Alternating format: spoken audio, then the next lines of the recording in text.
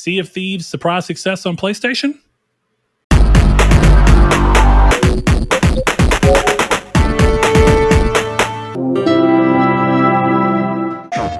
Hello and welcome to Triangle Square, the PlayStation podcast. I'm your host, Brett Beck, and alongside me, filling in for a down but not quite out Chris Figs, is none other than Mr. Badbit himself, Joseph Moran. How you doing, buddy?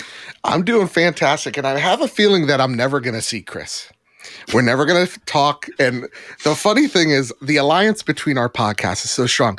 I mean, I bought his Vita from him.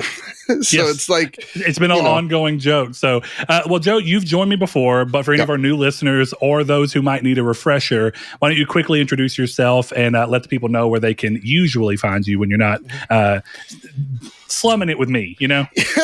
Yeah, and I love slumming it with you, brother. You can find me over at Mr. Badbit on Twitter. My name's Joseph.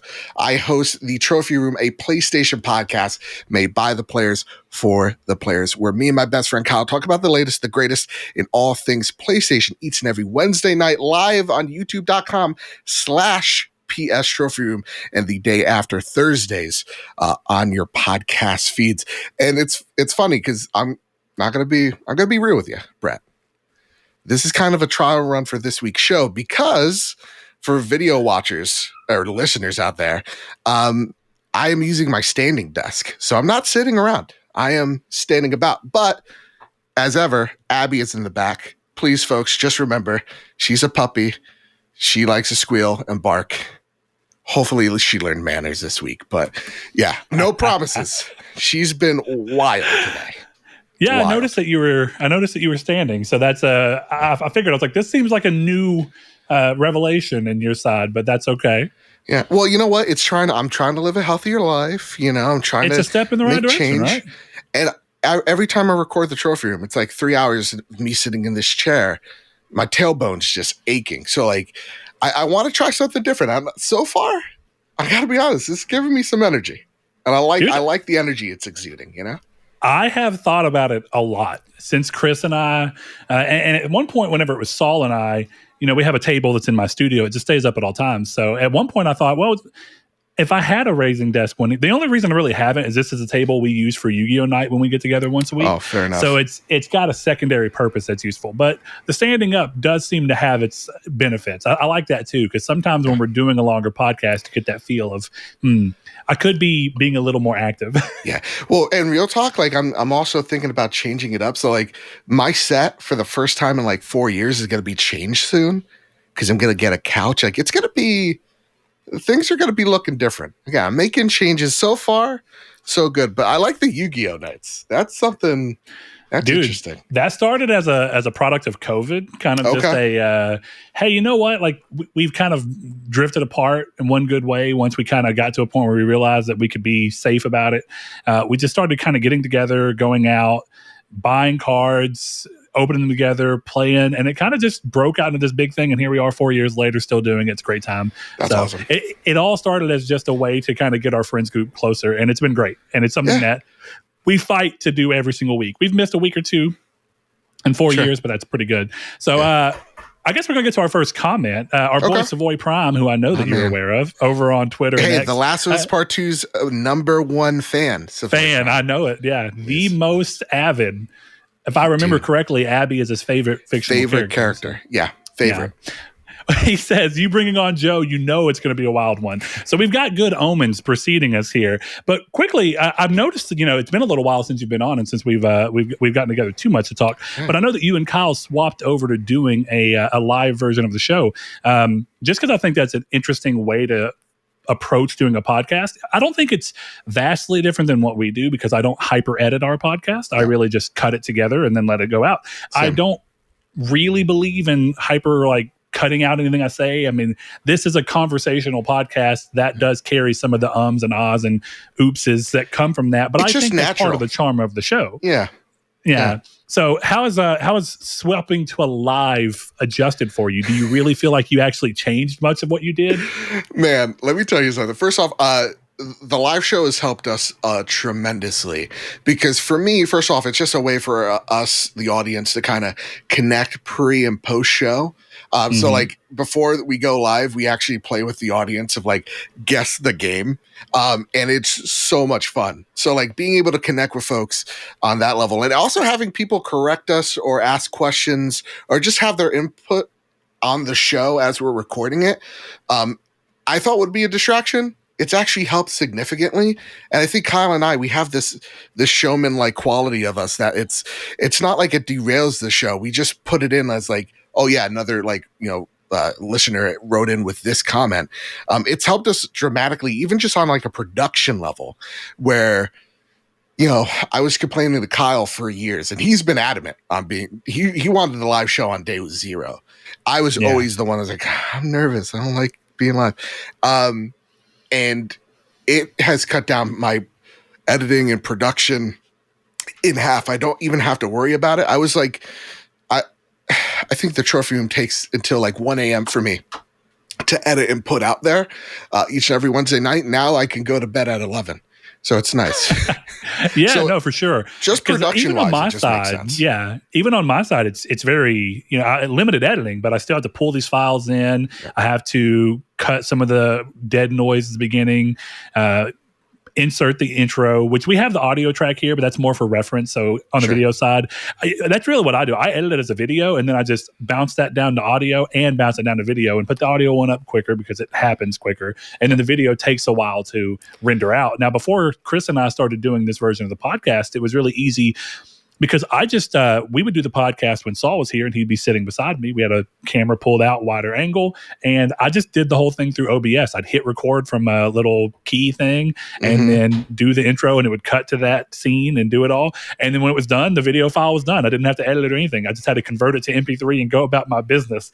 But as I've tried kind of upping some of the production value here and there and doing whatnot, I'm back to having to edit primarily because Chris is so far away. But it's interesting because I know that you guys are also not in the same space and you're able to make that work. I think technology's come a long way because even Zencastr wasn't around whenever I was doing the OBS way I was just talking about, but we've been on Zencastr for quite a while now. Yeah. And I mean, it used to be also when you're recording, look at us getting on a production level 5 minutes in. This is interesting. But it used to be like your face would be blurry, like someone rubbed like Vaseline on your webcam. And now it's like crystal clear. So it's production has been a wonder since we've gone live. And it's just so much fun to hear people's input. And again, whether it's correct us, which we never mind because I'm wrong a lot, or just like putting in their input or just reacting to my jokes. That's the only thing. I've only messed up going live, I think, once or twice, or prior to going live, I would mess up constantly. I'm like, we got to redo this take of the intro, this take of the intro. Now it's like, because there's people watching, it's weird. It's like, because the pressure's on, I'm not screwing it up as much, or I'm just going with the flow. But it's been a ton of fun. I think that there's something to be said about knowing that you can't restart. It pushes you in a good way, we often talk about games and the idea of creating with boundaries. I mean, those boundaries can often make better results in some ways because you know what you have to or can't do, and you just kind of keep going about it. So moving along in the spirit of talking about games and not just podcast production, as interesting as it is, for production and community, for all the bad of the internet, there's a lot of good. That's what I'll throw out there. That's right. So if you're new to this podcast, and in case you are not aware, we are Triangle Squared, a PlayStation podcast, a show where each week Chris normally and I look at the gaming industry through the lens of being PlayStation fans. While PlayStation may be our preferred way of play, we still look at and play Nintendo, Xbox, PC as we see fit, and don't shy away from giving them praise where needed or critique if so. So today we'll be looking at WB Games delisting some Adult Swim games, or actually all Adult Swim games, it seems. Stellar Blade getting a blink and you'll miss it accidental demo on the PS Store. Sea of Thieves topping pre-orders on PlayStation. Deviation games closing their doors, and more. But first, we start the show with a time-honored tradition where we shout out what we've been playing so that we can either put you onto something new, share our thoughts on a game that you might be enjoying, or steer you away from something that you may have thought was up your alley, but it turns out it's not. So I'll pass the torch to you, Joe, to let you start things off. It sounds like we've been playing the same game, so same exact hit me ones. with them. let's talk about democracy. Let's talk about liberty and how best to protect it. I've been playing Helldivers 2, and I'll say it here first because I forgot to say it on my show last week. I have platinumed Helldivers 2, and it Yes, is you have. debatably my game of the year so far. It's just so much fun, and seeing my Xbox friends, who usually I have to like, cross play with them, actually go, this game looks so much fun. We're coming over. We're gonna be literally like Luke Lore, friend of me of my show. He actually bought a year of PlayStation Plus in this game. And incredible. We've had Luke on. Luke's a good time. Yeah. So, so like it's just been a ton of fun playing with them, having them complain about how PlayStation Party Chat and Discord functionality sucks, and just me going, it's literally a button on your phone. Like, let's relax. But no, it's been a ton of fun, and I love to see how open the devs have been with that. The development of that game, with the support of the game, and even just getting their audience's input on things. It's been awesome to see. And also the little surprises, like them dropping the mechs a few days before. Like they're on a really good high right now that I hope that they continue to build upon, because I think there's something here.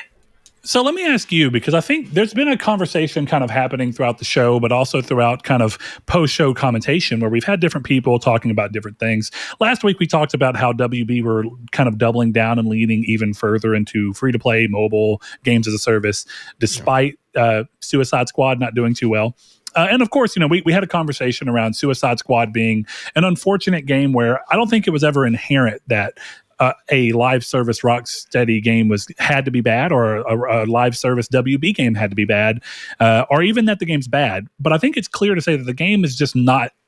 The game didn't hit like anyone thought. I really think it's fair to say. I don't think it hit like the devs thought, the publishers thought, and even people who I know were quite excited about it just kind of seem to say, like, it's there, it's a game, it's not the worst thing I've played, but it's not quite right. And one of the things that's been happening. And it happens on the internet at large, so it's understandable. But a lot of people who are getting into discussions around games as a service and why do I feel the way I do about them, what's the good and what's the bad.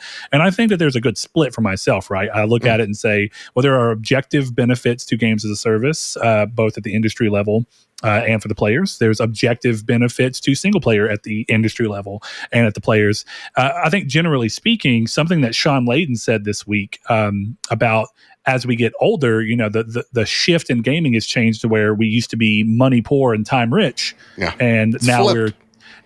we're time poor and money rich. And that's very true. So I think whether or not it's intentional, whether or not it's intentional, I do think that there's an accidental or just somewhat an implicit negativity that may come from my opinion on them, because I don't generally like games as service as much as other people.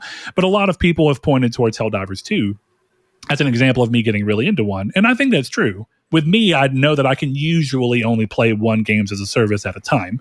But I think Helldivers 2 has really hit a special sauce that most of them don't hit. And so I'm curious for you. I think you have a little bit more of a history playing some games as a service stuff. But if you had to look at, both from a critical eye, if you're looking at it more from an industry side versus from a player, strictly a consumer side, what do you think it is about Helldivers 2 that they're doing correct that you think the other games as a service games might be able to learn from? I think, because they both have unique approaches. So hear me out on this. I think Suicide Squad started big when it should have started much smaller. Where I take a look, like, I love Suicide Squad 2. I'm like the fifth fan of it, and I've platted the game as well. But the loop, as satisfying as it may be, it just isn't satisfying enough. The traversal is a lot of fun, but what you're doing outside of the moment to moment stuff, like the objectives, it's just few and far between, and it feels like you're just doing the same thing. Whereas Helldivers, it feels unique where, you're doing similar objectives over and over again, but the objectives change in such a slight way and the dungeon master that is running your game, the RNG god or Joel, whoever decided to jump in, changes it in such a way where, yeah, I'm going and I'm fixing a signal tower, but all of a sudden a swarm of Belial Titans will come and literally march on our position. Now we have just this chaotic moment. We're going to an objective, and then all of a sudden you're seeing like a swarm of insects coming our way, and we have to just start dropping all types of ordinal bombardments. It's those moments that are constantly changing the recipe just enough to make it feel, unique, to have that water cooler moment that Suicide Squad just didn't have. It's like, oh yeah, I went to help the toy master collect 4 guys from a tower somewhere. And whereas like Helldivers, I just talked about those 2 stories. Those things legitimately happened. Those are memorable. And those, like the Belial Titan one, that happened like a week ago. And I'm still like running a high on what we were able to do. I think at the end of the day, gameplay is king. And as long as you're able to build on a foundation that can, be monetized and then supported by the developers in a realistic way, that's gonna be helpful. Look at Fortnite. Fortnite just did not start from this massive thing that is constantly growing. Lady Gaga singing in it. It started off as just a, PUBG ripoff, and it built from there. Found its success. It ramped up. More importantly, Fortnite started as a base building survival game. I mean, for an almost full year before it decided to do a PUBG ripoff, which is important. Yeah, and it was a Hail Mary, and then they were able to, that great point. And we even forget about its origins. So it's like, it's those things. I think that AAA developers think that if they just throw a big budget at something, people will come. And no, you have to build something that is unique and or immersive. Hogwarts is not a unique idea by any means.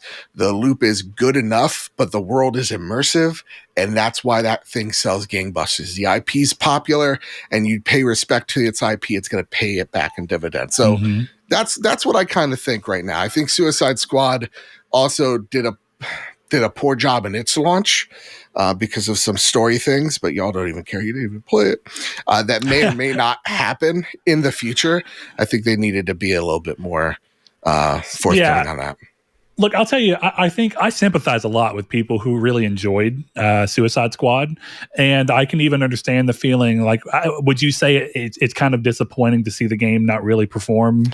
It's disappointing because the pedigree, and it's like, I think I complain about this a bit on the trophy room. In retrospect, though, it's like you come to McDonald's because you want the McNuggets, right? Or the Big Mac. You don't go to McDonald's and they serve you a Whopper and go, well, I'm in for that. It's like, what you want from Rocksteady and what they're known for. And they're known for, Arkham. They're known for that Batman, third person action brawler.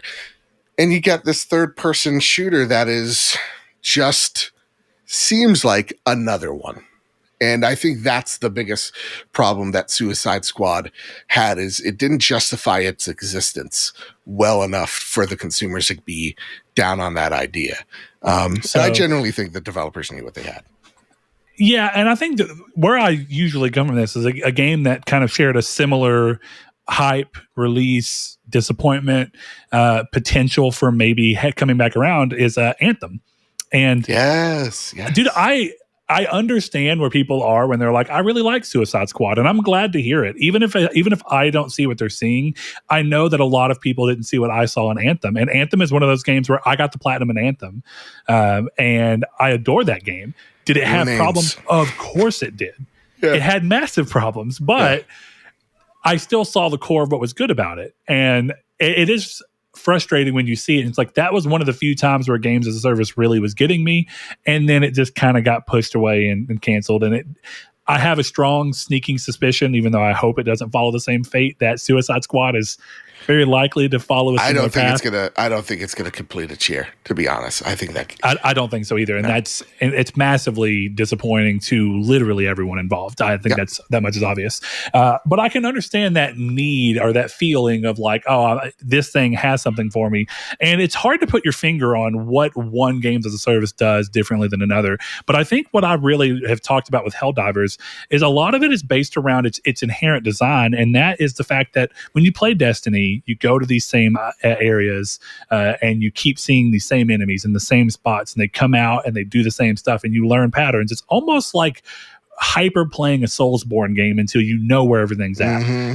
That's what those games are. But then you look at something like Helldivers, and I think what makes Helldivers work is kind of like you said, it's I call it emergent gameplay, which is what a lot of people have used, where I think you talk about these water cooler moments, but the difference between the water cooler moments of a game from Helldivers versus Destiny is that when you're playing Destiny, everyone's going to be like, oh yeah, I fought the ogre too. I know exactly what you're talking about. We had the same basic experience.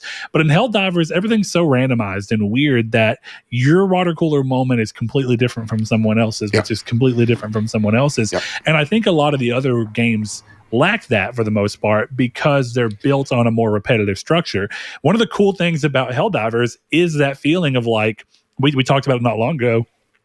There was one day where we were on, we were doing the automatons and we were trying to, we only had 3 stratagems. Our 4th stratagem thing was blocked because of one of I hate those. One of the things, right? That sucked.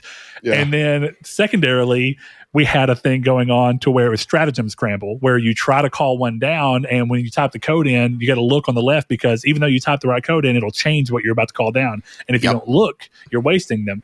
And so we never look at those, by the way, and we're always surprised. We're always surprised. What I love about it is the game tells you it's beneficial to remember a code. Mm-hmm. But then when it does that, it's like, aha, you got to remember that these codes can't change. And so what I mean by that is that Destiny doesn't really have anything like that. And I think the closest I felt in a game where I consider it to be games as a service for the most part, I think no one would argue with that, is Diablo 3. Diablo 3 and its its randomizers, the things that you could just go around and be like, we have all these different elements that we can give to creatures and they can stack in surprising ways. So you can get someone who puts up walls but then shoots out fire and then freezes you around, and it's like, what the hell is that? But that's what made the game fun, because you can go to someone and be like, dude, I was facing this enemy and it was a waller, lava, blah blah blah, and you just kind of go off, and it's like no one could have prepared for that because that wasn't part of the design. That's just emergent from the randomness of the game mixing with a broad spectrum of mechanics. And it goes back to, like, for me, what captured Elden Ring, anytime I get to, blessed be to From Software, I will. It's like, oh, you got here? Well, how did you do that? It's like, hey, we have the same map, but you did things to me out of order. How did you even get there? Or like, you found this cave, where is it? And then you're plotting it out with your friend. Like, it's those type of moments. I think emergent gameplay, I love that buzzword. I think that's what we as consumers are dying for, is something that takes us by surprise, because over the last 4 years, we're seeing the same similar type of game. And I think the games that are being rewarded right now are the ones that are thinking outside the box. It's not the Fortnite clone. It is something like a Helldivers. It's not, your Suicide Squad, it's your Pal Worlds. And I think that's what hopefully publishers start learning. Yeah. I think I think what it really comes down to, I think you're right. I think where I would go in and kind of slightly change that for my own view on it is that gamers want something right now, or at least let me speak for myself. What I want right now, and why I am actually rewarding Helldivers 2 with my time and effort and essentially proselytizing for it, where I'm constantly out here like, please get Helldivers. I bought one of my friends Helldivers because I was like, dude, you got to play it. God bless. He's like, I don't know if I have the money. I'm like, dude, I will buy you the game. So what I think that it's doing right and at least it's why I push it on so many people and be like, you at least need to try it, you at least need to try it, is that this idea of emergent gameplay, games have been kind of shy away from this lately. I think Elden Ring, even though I didn't click with Elden Ring, I don't hate it by any means. I just didn't click with it. I'm very much a fan of the tight corridor. Right. You're going to be done in a certain. I like From Software. I love From Software. Bloodborne's incredible. Dark Souls 3 incredible. Demon Souls incredible. Sekiro. But, Sekiro's one I need to come back to as well. That one didn't click with me, but that game is difficult in a very different way. Yeah. Played that game as well. Where I think that the games differ is that games have really been on a kick as of lately because it's part of its production value, to be dead honest, but it builds the moment. They are framing the moment. They're building this moment. So they're hyper fixating on making this one thing that everyone experiences the same.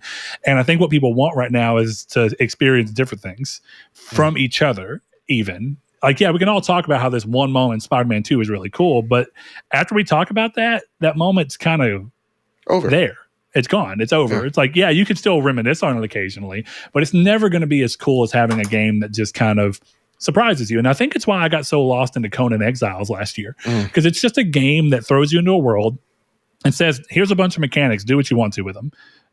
And that was cool because I couldn't guess what was going to happen in the way that, like, if I'm playing a Spider-Man game, I kind of know what I'm going to have run into. And that's not a bad thing. Those games are absolutely needed, but I think ever so often a game like Helldivers 2 is needed because it has to be something that surprises everybody. It's the best word to say because that this game wasn't projected to do this well, and it continues to just grow. And that's awesome. It makes me just wonder how Fortnite's going to rip it off. So here's another conversation we're going to have. And refresh my memory if I am wrong. You played Final Fantasy 16, correct? I did. I have not beaten Final Fantasy 16. That might give me my answer. So I remember you being excited for 16. We kind of talked about that. And now I see you being excited and really loving Rebirth. And it seems like maybe you've gotten further into Rebirth than you even did 16. Oh, yeah. So what's happening here? Because I've seen you singing the praises of Rebirth. My immediate remark that I've been telling people is one of my favorite things about Rebirth is this feeling that 16 and Rebirth came out pretty close to each other in the grand scheme of things. 8 months. That's pretty damn close. 8-9 months. Yeah. And one of my things that I am very happy about is that 16 is a beautifully written, very serious game that's telling a heart-wrenching, very toned game, and it understands its tone and it keeps with it. And I love it for that. And equally, I love that 7 is telling a great story with a lot of heartfelt moments and then completely underlying those with the craziest shit that I've ever done in any video games. And it feels like playing a PS1 or early PS2 game. Yeah. And that's what I love about the stark difference between the two is that, and then you look at Final Fantasy 15 and even it was different. I like Final Fantasy because it's constantly not afraid to just do something. It's, so different, what about Rebirth is really capturing it for you?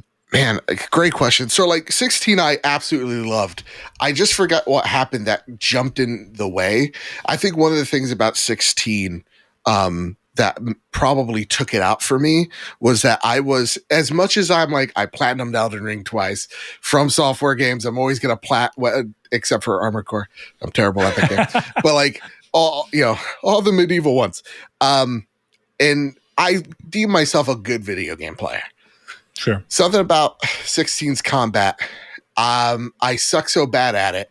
And I'm that type of player where I will probably never turn this difficulty down to easy. On rare occasions, if you're the frogs from Jedi Survivor, yes, I hate you and I think you're terribly designed.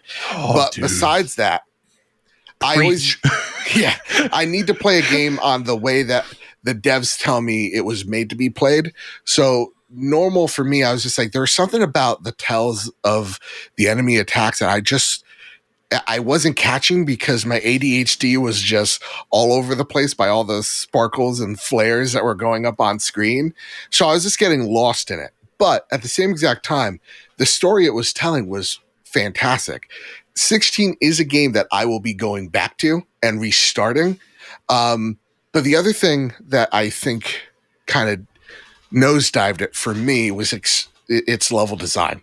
There's something about it, and Brett, maybe you could help me, but like there's something about the level design of Square that kind of feels like you're very claustrophobic. This is supposed to be a world, and I feel like I'm going through these very skinny PS2 corridors of what could be a world within these hallways. And it's, even the traversal mechanics in Rebirth take me out of it because it's too clunky. It feels like, especially when I'm traversing through like mountainsides, it's just like hop, hop, hop. Like there's no animation. It's just, you're doing it. It's weird. It seems like I'm moving pieces on a board rather than playing a game. What's weird about Rebirth rather, is I agree that Rebirth actually surprisingly feels great when you're normally traversing, or even if you're on the back of a chocobo. Yeah, I think it feels pretty good, even with those climb animations. But you were right. Early days for Rebirth, when I was playing, when you're, I don't want to even say, but when you're in the opening city, and I realized that the game kind of allows you to, for lack of a better term, parkour. Yeah. I was quite literally bouncing around, and I was like, whoa, this is a bit much. Yeah. I've learned to play the game in spite of that. Fair. And same. Like for me, it's when you're, it's a PlayStation game. When you're climbing the cliffs and there's parts where it tells you could climb, way too slow. Come on, let's pick up the pace. So slow. But I can understand where they were influenced by Horizon a lot. Sure. That being said, Rebirth, I'm digging because I think this ensemble cast is just so damn lovable. Like, don't get me wrong, Ben Starr crushed it as Clive. And you're right, the tone there, but there's something about this like, hey guys, listen, I know the world's about to end, but we're going on vacation. It's a road trip. Everybody's here to have a good time. Like, it just feels, you're right, of the era of like the PS1 and PS2 days in the best ways possible, where, even the things that I don't love from that area, the level design, the game is just so much, not just fun, but I want to know more about Tifa. I want to know more about Barrett. I want to know more about Aerith. This is coming from someone who never played the original. And so, like, for me, what is new to an old comer is still very much new to me. Like, I want to know more about Yuffie. I'm about to get to the Golden Saucer. Like, things are happening that I know fans are telling me it's a great ride, and I'm having a really good time with it. So it's just, there's something about the vibe to Rebirth that's clicking to me more than 16. And I think it has to do part of it with the aesthetic of Rebirth. There is something about this weird, like, steampunk mixed with medieval fantasy vibe that I look at. I'm like, this art style is just so beautiful. These characters it's constantly are so changing.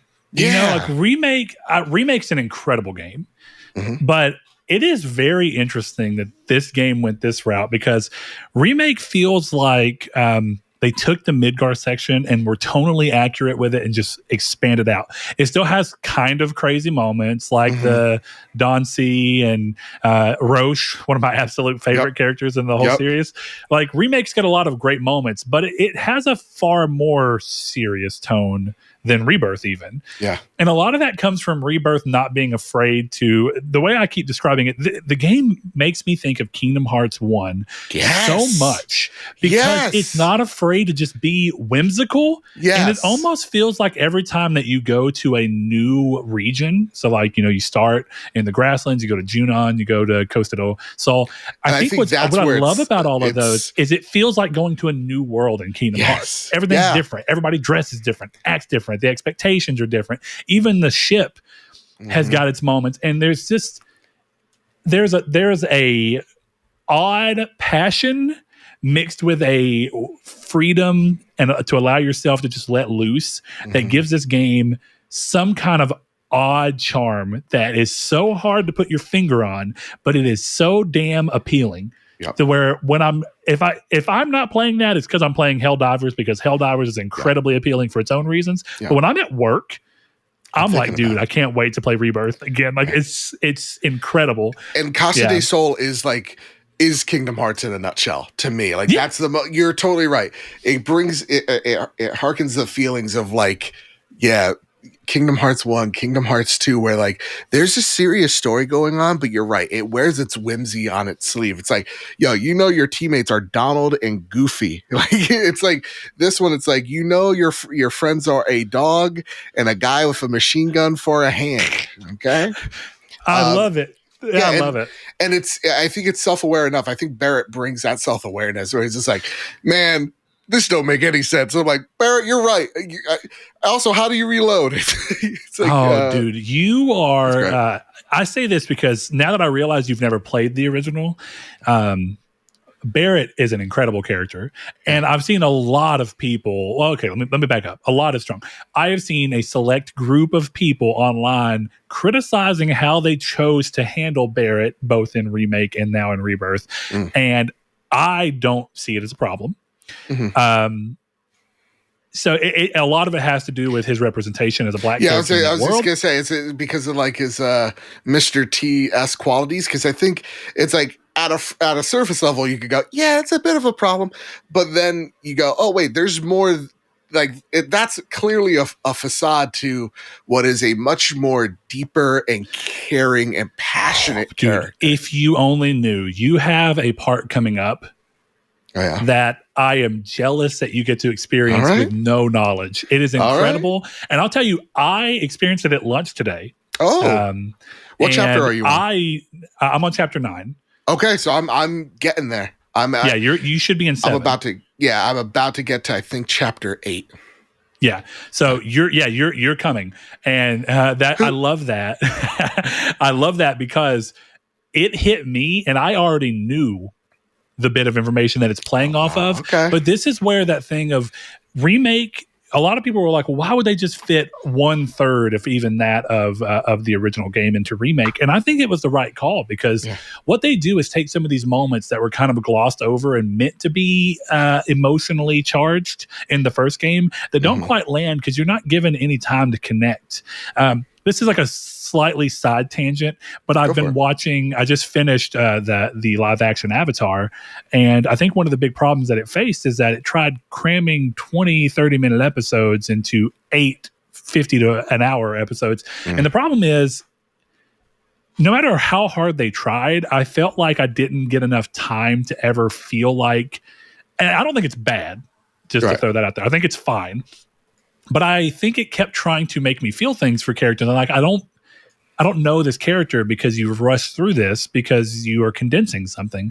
And that's, in a weird way, Final Fantasy VII's original story was condensing the idea they were trying to express so that they could have this sprawling game. And what they've done with Remake is we're going to take this section, we're going to balloon it out, and we're going to give these people things where you feel connections and you have these things. And then when we reference back to them and we hearken back to them in this Rebirth, this next game, you feel something more.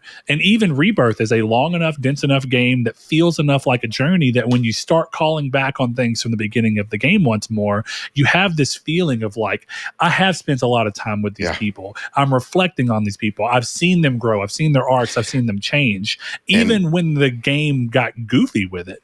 Yeah. The game still, even when it's goofy, it understands what it's doing with its character development. And if I could say, I think that's the one thing 16 kind of, I think, is the mistake of that game, where it's like, I should have been able to play as Joe. I should have been able to play as Clyde. Even if it was just those two, because I think their chemistry is insane. Even if it was just those two characters that you're getting to play as, you're now getting to know them on a just deeper level because you are playing as that character. Whereas, like, the one thing that I think sticks with me so much is that Rebirth feels like a true RPG.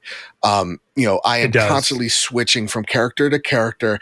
I'm learning their combat. That means I'm learning more about that character, not just in its character, but also its design on a combat level. It's just more intimate that way. So, like, to me, the combat in Rebirth, though I'm also still bad at it, I need to preface this. I'm like, okay, but I know at least what I'm doing wrong. I adore Rebirth, and I did not think I was going. I knew I was going to like it. I knew I was going to enjoy it because talking about COVID, we played the first one in lockdown, and I think the memories, the fond memories I have of that game, as the first Final Fantasy game I beat, was kind of trumped by the Last of Us Part 2, and then what is ending up being one of my favorite games of all time, Ghost of Tsushima. And so playing Rebirth, it's also made me go, damn it, you know what? I really did love Remake. So like the fond memories of Remake also bleed through. So I am floored. And I also, last shout out, and we can move on, I promise. The music in this game, I think the villain as well, like, give it up to Sephiroth. When the boy is on screen, holy, like that Sephiroth theme, it's like, I'm like, this is like the Final Fantasy version of like the Imperial March. Like this is... Dude, he is a magnet. When he is on screen, you are in awe. He's and like I Godzilla. Thought they handled that so well in the first game too. Yeah, yeah, because like Godzilla, like Godzilla -1, like Godzilla is in that for like 10 minutes of that 2-hour movie. But when he's on screen, you're like, Jesus. And like Sephiroth, like when he appears, it's with purpose. And you have a reason to fear him. You have a reason to want to know more. He's just a really... God, he's bad. I wish I had that statue, man. That 19 inches. Beautiful, isn't it? Oh my God. Full 19 I think inches. I could change him. I'm glad you brought up music. I'm glad you brought up music because I think, pun intended, music is the unsung hero of 7 Rebirth. It adds to the whimsy. It adds to the drama. It knows it plays so well. And 16 has an incredible score. Holy shit. But it is very much towards a more singular tone because the game is hyper focused on telling a very serious story. And I love that. And it is a beautiful, moving, sweeping soundtrack. It's not one that you would just put on to bop around to. The thing about Rebirth is for as often as it's giving you this beautiful symphony of stuff to really underlie an emotional scene, it's also giving you the same Chocobo song in 8 variations depending on where the hell you're riding the Chocobo. And I'm going to tell you, I just play the game sitting there bopping around, riding my Chocobo. And it's incredible. And it's so awesome. I love every time that you get on a Chocobo somewhere else in the world, it's the theme slightly changed to fit what you're doing. And that seems like such a small detail, but it adds to this odd world building that once more feels like Kingdom Hearts, because part of the magic of Kingdom Hearts is Yoko Shimomaru's stuff where it is going around and you're going to these different worlds and you're hearing insanely ominous music for these main characters. And then you go to this Disney planet and suddenly you're hearing fucking Under the Sea while you're swinging at octopuses underwater with a mermaid tail. And it's one of those things where I don't think Kingdom Hearts works without its music. As weird as that sounds, the music is such a huge function in setting the tone for the world and also bridging the gap between the more serious and the more whimsical. And this game does it wonderfully. Wonderfully. Yeah, I think you nailed it perfectly. Again, that music, if that doesn't win our Platties at the end of the year, I must be hearing the violins of the heavens, man, because this music is it's incredible. Chef's kiss good. Well, we reach our first question, which I felt like this was a good time to pull it in. One of our patrons, Mr. B. Raj88, his name's Brandon. What up, Brandon? That'll matter in a second. He says, will anyone with more than one syllable in their first name be on the show? Brett, Saul, Chris, Joe. I'm beginning to think you don't appreciate people with more than one syllable in their first name. Brandon, I have to tell you something. This is a secret. My name is actually Brett Tholomew. And, it's a lot. So I choose to go by Brett for short. And that's right. Joe over here. Joseph. Go ahead. Tell him, Joe. Tell him. Joseph. It's Joseph. It's not even Joe. And honestly, it's the online persona when people go, bad bit. I'm like, yes, it's troubling. But like, I'm Hispanic. So like, I got like 8 names, dude. It's like, I think my government names is like Joseph Martin Mendez Moran. So it's a Flores somewhere hyphened in there. So it's nuts. Oh yeah. Yeah. Listen, we sneakily do the one syllable because it's easy. See, that's the thing. If people don't realize, why do you think most of people's celebrity names are super easy to say? They changed it. Yeah. Come on. That's all it is. Remember, Nick Cage is a Coppola. But he didn't want to go through Hollywood just because he was a Coppola, and he changed it to Nick Cage because of the comic book character. So, like, trust me, guys. You know, we know what we're doing here. Don't worry, Brandon. We love you. We love you.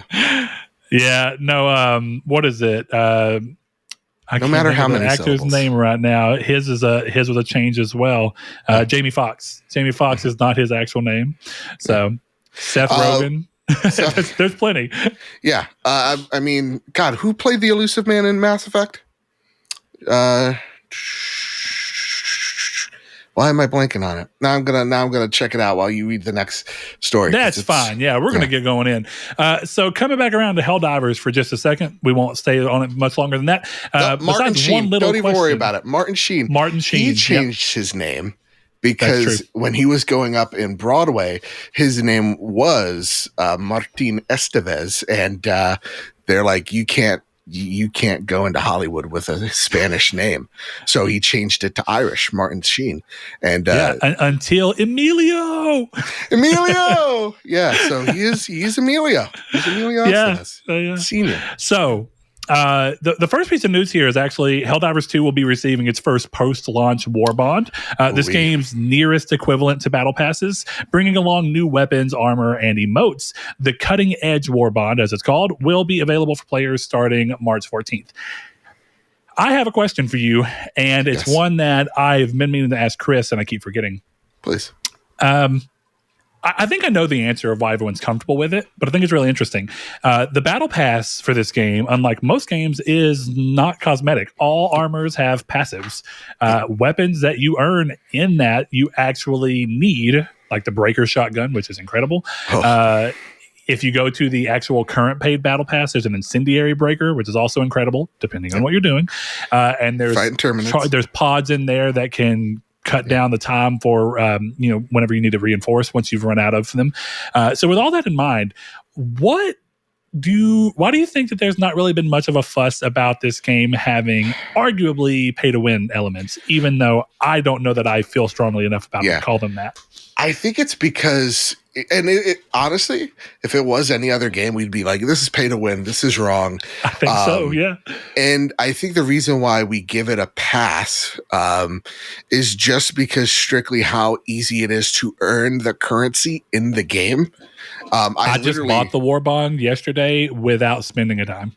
Yeah, I already earned half of it last night. So it's like, I think it's simply because the economy as of right now is so darn good in terms of like what you're able to earn for free that it doesn't feel like it's pay to win. But really, deep down, it is. And it shouldn't be that way if we're being truthful. If we're holding it to the same flame that we hold every other game, it shouldn't be that way. I think the other difference is because there is not a competitive part of this game. So if I was fighting other people, we'd be like, this is gross. This should not be. But because it's purely co-op, we don't care.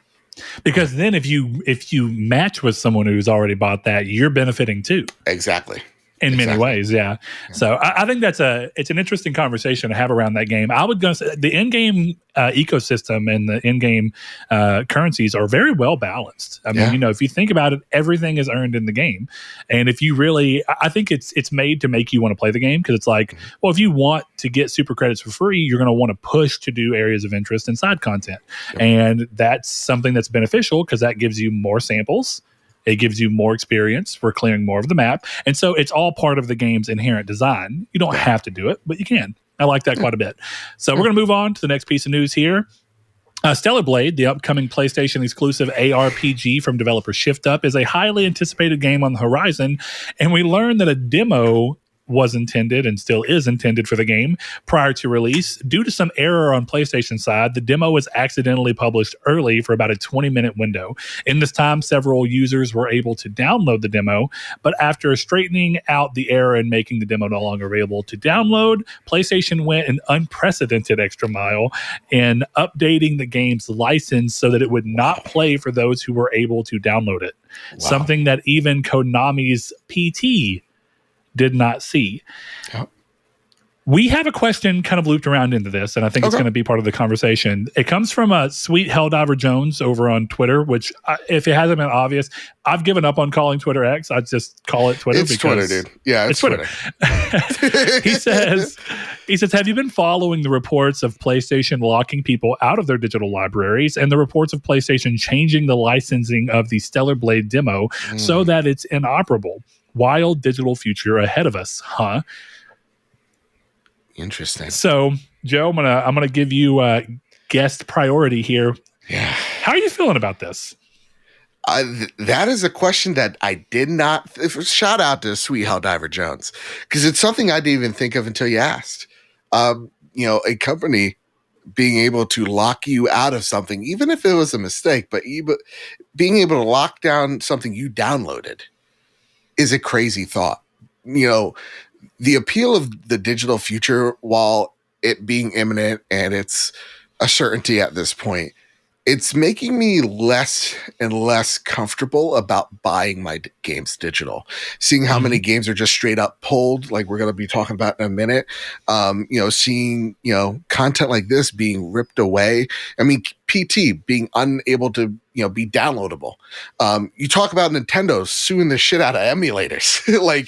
Dude. The future of digital and preservation is a huge, huge issue. And honestly, it is very, very concerning. Now, will I think this will be the case for, most games? No. But the fact that they're just able to do it is worrying. And that's when we need legislators to come on in and going, hey, listen, I think it's one of the things that NFTs were trying to do. It's like, hey, you own this. It's like, no, we don't. Don't try to even put that illusion up. I think we actually need, going into this digital future, we need protections on our digital products. And that's where the weird governing side of things come into play, where we need to call our local representatives and going, hey, this is something crazy. I know you're 88 years old, Mitch, and you don't understand this, but you got to get on top of this. Tell your interns to get on top of this. That's what we desperately need right now. Because what you're telling me there, Jonesy, that's worrying. Man, my view on it has long been that I wish that the industry would do something about it themselves. Almost like, I don't know if very many people know this, but the way the ESRB was created was because they had parents coming and being like, we don't think that kids should be able to play this stuff, and we're going to go and try and push our lawmakers to regulate your industry. And so they go, no. We'll just create a ratings board and put a lot of things to keep it in place to where they have a lot of power. They get to do this. And that way we can avoid government regulation, but we are still self-regulated by a means of people that we can't really influence. That's how the ESRB was created. And as we've known for a long time, the ESRB is not a pushover. They give a rating that is pretty much in line with what you would expect. The benefit there is that it kept the government out from the noses of the games industry, which I can see the reasoning behind, right? Because another weird fact that people may not know, for a long time, American cinema was actually pushed around because of the fact that there was this thing where it was a code one of the filmmakers decided to do, and people followed it, and it allowed you couldn't have a certain amount of swearing, you couldn't have a hero be anything less, you couldn't have a main character be anything less than a hero, realistically. You couldn't have kissing or any kind of love scenes between people if it didn't further the story, which are not all inherently bad things. But people may not know, spaghetti westerns, the reason they're called that is because Italian Western movies that were being made without the need to worry about what Hollywood wanted was able to make things with Clint Eastwood where you have troubled characters who do things that are morally gray and who approach situations and do things that may not be inherently heroic. And then you have stories around that. And that's where spaghetti Western came from. It was Italian Western movies. And so what I'm getting at is when the government came in and kind of tried pushing on or at least when you look at what the government could have done in the industry, there's precedent to say that's probably not a good idea. Maybe we should try and regulate ourselves to keep this. Absolutely. I have long hoped that the people themselves would be like, as the digital library is coming, we are going to push to avoid government legislation to where what I've long hoped for, true digital media rights. And what I am calling for, and a lot of people seem to think I'm crazy for it, but I'll continue to call for it forever. I think that when you buy a game digitally and you have the license, it is your license to do with as you please. You should be able to sell that license to someone. And the problem with that is what you're saying is like, though I agree with it wholeheartedly, it's like what we've seen with the streaming future that's in front of us. Like, was it the Looney Tunes Coyote movie? That's like, you know, in like, will it get not even released? Seeing just straight up shows like Willow just not even canceled, just stripped from the server itself. That we're seeing such a weird thing with our media, not even just in games, not just in TV, but in movies as well, where it's like these corporations do not give a flying heck. So like, to me, it's you're right. I would love them to regulate it themselves, but even like Nintendo, they're not interested in any of that. So it's like something has to give. And I think it is the threat of government interference where, I mean, we saw it even with like the Xbox deal. It's like, whoa, hey, listen, let's not get nuts here. We'll work out some things and we'll talk to the regulators. We'll even give Nintendo Call of Duty, guys. Calm down. We'll give a streaming service you never heard of a shot, you know? We'll give them We're putting Call of Duty on the Ouya. Exactly. The Ouya creator's like, wait, what? So, yeah, no, it's just, we're still He's around. a big fan of this podcast. Is he really? Oh, shout out. That would be so great. I know. Shout out to Ouya creators. They really tried, I think. But no, I think that is when they actually get some real air of consequence, then they'll start walking this back, but like, or starting to actually do something meaningful. But right now we're in a weird dying West situation when it comes to like digital. I think we're in the step before what movies are doing, where they're. I'm not even saying it's happening necessarily because of some guy comically laughing and rubbing his fingers together. Nah. But Sazlav's kind of like that. regardless of what the intentions are behind it, regardless of that, I still think that it's pretty clear that the industry is following the trajectory of the film and TV industry, where the idea is to push it to where most people don't own the content that they're playing. And we're seeing that with subscription services. And the thing is if you get to a point where, like the Ubisoft guy said, whether or not it was taken out of context or what you view it as, if you go to this idea of people need to get comfortable with not owning their games, the problem with that is that if you completely get to where you don't even own a license, which is arguably already a rental, but if you're not even at that step and all you're doing is paying for a service and there is no tie to any single game, games can be taken off because why is that? No one owns the license to it. Yep. And if they never make it a standalone product, then who are you to say they can't take it away? You don't own a right to it. And I don't like that. No.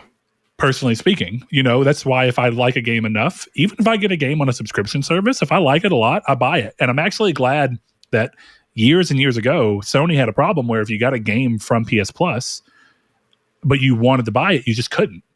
So if your PS Plus lapsed, it would show that you can't play that game because you don't have PS Plus, and it wouldn't even give you the option to buy it again. They've fixed that now. You can do that. But I think you should be able to go, I know I got this for free, but I want to buy it. This is my game, and I'm going to go through that route. But it doesn't really feel any better when at the end of the day, it's still up to Sony whether or not you have it. It's still up to Microsoft whether or not you get access to it. We've seen this happen with Amazon just deleting movies and being like, sorry. Yeah. So it's a crazy thing. Sorry, but someone's got to pay for the spaceship Jeff's about to ride on. I often bring that up, and I just can't believe how nonchalant everyone is with the ownership of their games. I can't believe that you'd feel comfortable spending $70 on a digital game that you don't actually own that they could take away versus $70. And I still real do talk, it. Brett. Real talk. What's up? You should have Kyle on because he would love this rant. Because he's on the same. You guys seen like the video version. He has walls of Blu-rays. He bought the Meg 2 on Blu-ray, and I go, why the Meg? Why the Meg 2? Let alone Meg 1? He's like, because I own it. It's mine. I'm like, Kyle Stevenson of House Stevenson. What are you doing? It's nuts. So no, the digital feel, and I've actually started to pull back a little bit on digital games, like. Final Fantasy wasn't digital because I wanted that steelbook. If you know me, you know I love a good steelbook. But like Rise of the Ronin, I'm getting that physical. Dragon's Dogma, that's probably going to be digital for circumstances outside this pod. But like, I'm picking and choosing which I'm going digital with. And in the beginning, I'm like, yeah, I got this full-time job. I don't need to. I'm not on student money. I got my big man money, and now it's like, no, actually, I got to buy a house. So it's like, I'm picking and choosing. What I understand, that's pretty difficult up in your part.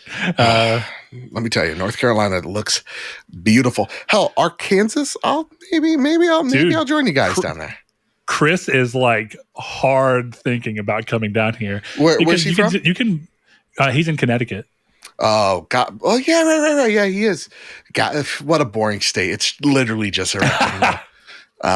But he has been severely, because it's insane. You know, the cost of a 2-bedroom apartment, even like a reasonable one, is $1,700 a month. $1,600. You can just find a house here if you got decent credit for like $130,000 and less than $1,000 a month mortgage. Listen, this is about to get R-rated, okay? And if you want to rent, you can usually find a full house for like $1,000. So yeah, one of my best friends, she rents for like $800. I'm like, what? Can I come down there, please? But I'm telling you. But yeah, I would love to. I've been talking about. I want to have Kyle on one of these days.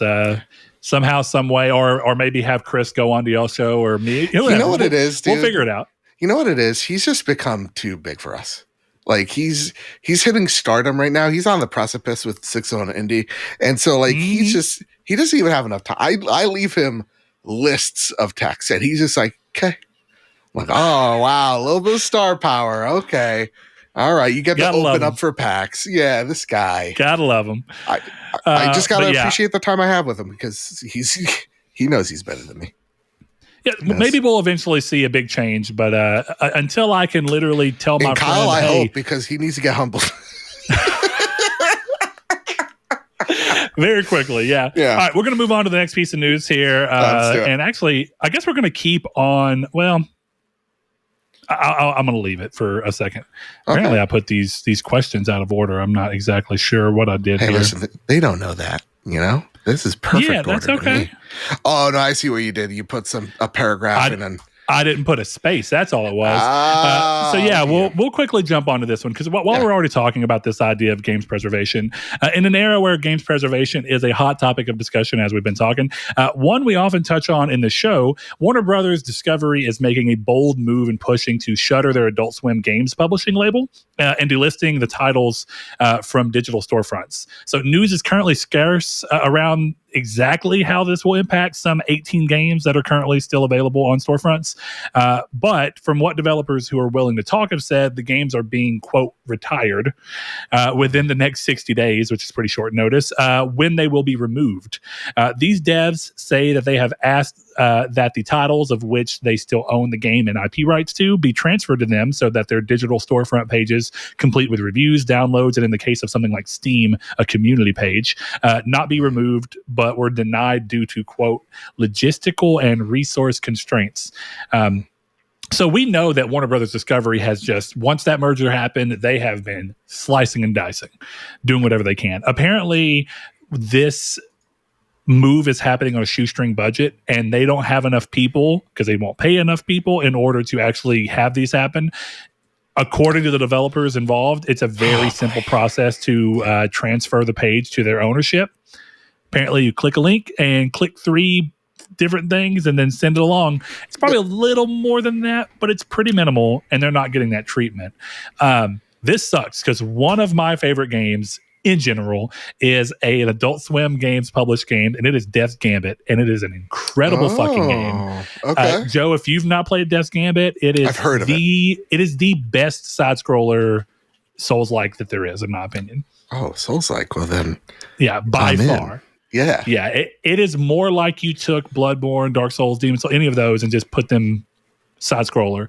Okay. Like Salt and Sanctuary exists, and but I don't think it hits the nail quite as well as this one does, both from a storytelling and lore standpoint, gameplay, mechanics, all those different things. And that is a game that was published through Adult Swim's Adult Swim game. So this sucks. And they will, just so everyone knows, they still own the rights. They can post the games again, but to do so, they are being asked to completely edit the credits. Nothing can mention the words Adult Swim games at all, which there's a lot of pushback on because they feel like that's not adequately crediting people who worked in the game, which is a problem we had with Rockstar and a bunch of other developers. Not just that, but you're making a simple process even harder because now you have to go back into the game itself and just edit those slices out. It's like, make it make sense. I know folks that are affected by this. It goes back to the digital future that we're kind of all bracing for. This just sucks. There's just no way around it. My heart breaks for the people that made these games. That, you would think once you made it, you get some credit for it, and that's not even, that's it. That's in play. It's not even a guarantee anymore. It just sucks. All of this just sucks, and it goes to show that Saslav and the crew over at WB Discovery are truly running a sinking ship. So I just hope whoever gets Dune Part 3 handles it with pride and grace. And I tell you, I don't envy the position that they are in because I understand that you merged with a company that was already doing very poorly. Yeah. And I know that means that cuts have to come. And I can even look and go, does it really suck for anybody who just was interested in the Batwoman or Batgirl? I can't remember which one it was. Yeah, no one was really. But point being, it's a movie that was near completion that a lot of people worked on and it didn't get to see the light of day. That happens a lot, but it normally doesn't happen that close to the line. And that is weird. So it sucks. But I understand that much like, while I'm sometimes talking as a consumer about live service games, I understand that there's a business prospect to it, and it's a very appealing business prospect. Yeah. So I give them the I guess it's just that sometimes it feels like, why does it seem that business has to be so separate from being able to be a half decent person? Yeah. It's just the constant cutting, the constant looking for corners to cut for the sake of efficiency's sake. Well, it's layers removed, right? That's what happens when you have a company this size, is that if you look, almost all of these developers are like, we had an excellent time working with Adult Swim games. They were great to us. We love these people, fond memories. And then this is happening. And you have enough layers removed from the people who are making the decision versus the people who have to put the decision in motion that it doesn't matter. They can't see and that's part of what makes big companies unfortunately work, is this feeling of you can be disconnected from the emotional toll that may come, whereas the person who's delivering the final news has to bear the disappointment of the people that they're telling. Yeah, and that sucks. So look, nothing good comes of this.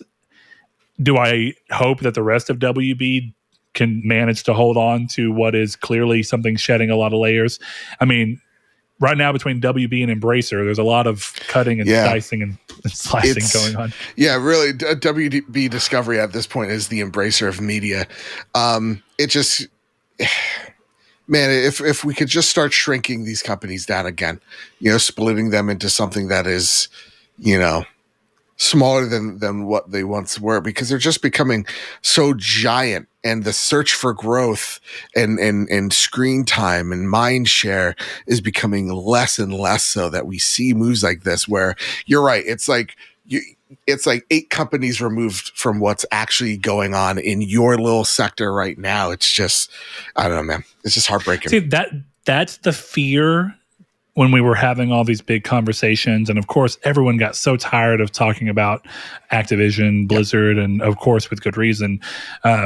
But these are the real worries that come from a move towards corporate corporate entities continuing to swallow other things up. Can it be great in some ways? Of course, it could be great. There's a lot of things that come from it. When things are going good, you have way more dependable income, and you have way more comfortable bed to kind of be like, okay, we're under this company's wing. We're no longer having to be responsible for everybody's job because we're under a corporate structure. But the moment you start to weigh that corporate structure down even an ounce, you might be on the chopping block, and that's really complicated. The Moon Studios folks said, it's like, this is the reason. I think they were even talking about this situation. Like, this is the reason why we didn't sell our company. You know, most of the time you make a company because one day you want to sell it. I get it. But sometimes if you're creative out there, your whole thing is about owning that piece. You're protective of it. And this is not the same situation for Adult Swim by any means, because it was created out of, out of Adult Swim, but like, you know, you're seeing studios like Larian being outspokenly going, no, this is the importance of being independent. Same with Remedy right now. I think what we are seeing, again, we'll talk about it in a minute, is like this rise of like independent studios proclaiming their independence. You know, we talked a lot about acquisition season, and look at what the harvest has come. It's just layoffs after layoffs. It's redundancies after redundancies that don't need to be if they just were their own things. And you're right. The corporatization of games, we're in the middle of it. That's why you're seeing all these layoffs. We're taking a look at what these big publishers think is the only way possible. It's not your Adult Swims, it's your Suicide Squads. That's what's going to lift the ship. The only thing that these companies have now is their huge pocketbook to print these games that you see every pore on the character's face, but lack the soul where a game like Helldivers can thrive in, or a game better even yet, Power World could thrive in. So it's a scary it's not even scary. I think it's scary because it's an uncertain future that we're walking into in this, newly digital, not even newly, this evolving digital landscape. Yeah, kind of what you just talked about. Everyone has their own opinion on different people. I don't tend to watch anything from Last Stand Media, primarily because the thing I would be interested in watching would be their PlayStation podcast, but I do one. So I try not to overtly listen to other podcasts because I don't want my opinions to be influenced by what I'm hearing. That's a conscious decision I've made since I've started doing the podcast. So when I'm listening to podcasts, it has almost nothing to do with the games industry. But what I will sometimes listen to, and Chris will sometimes send me and be like, this is up your alley. I really like in-depth interviews with singular people, not where you're talking about industry-wide or anything. Yep. And Colin just had Jonathan Blow on a couple of weeks back on a Last Stand or whatever, the PlayStation, Sacred Symbols Plus, I think is what it's called. Sure. And I have been slowly listening to it between different activities that I've been doing. And Jonathan Blow is kind of talking about this. Like, he's exactly what you're talking about, this idea of certain creators just being like, no, like, I am just doing things that may not even be good business decisions, but they're not the worst. And he actually at one point said, I like to briefly describe my job to people sometimes when I want to be funny about it as, I make bad business decisions that just aren't the worst.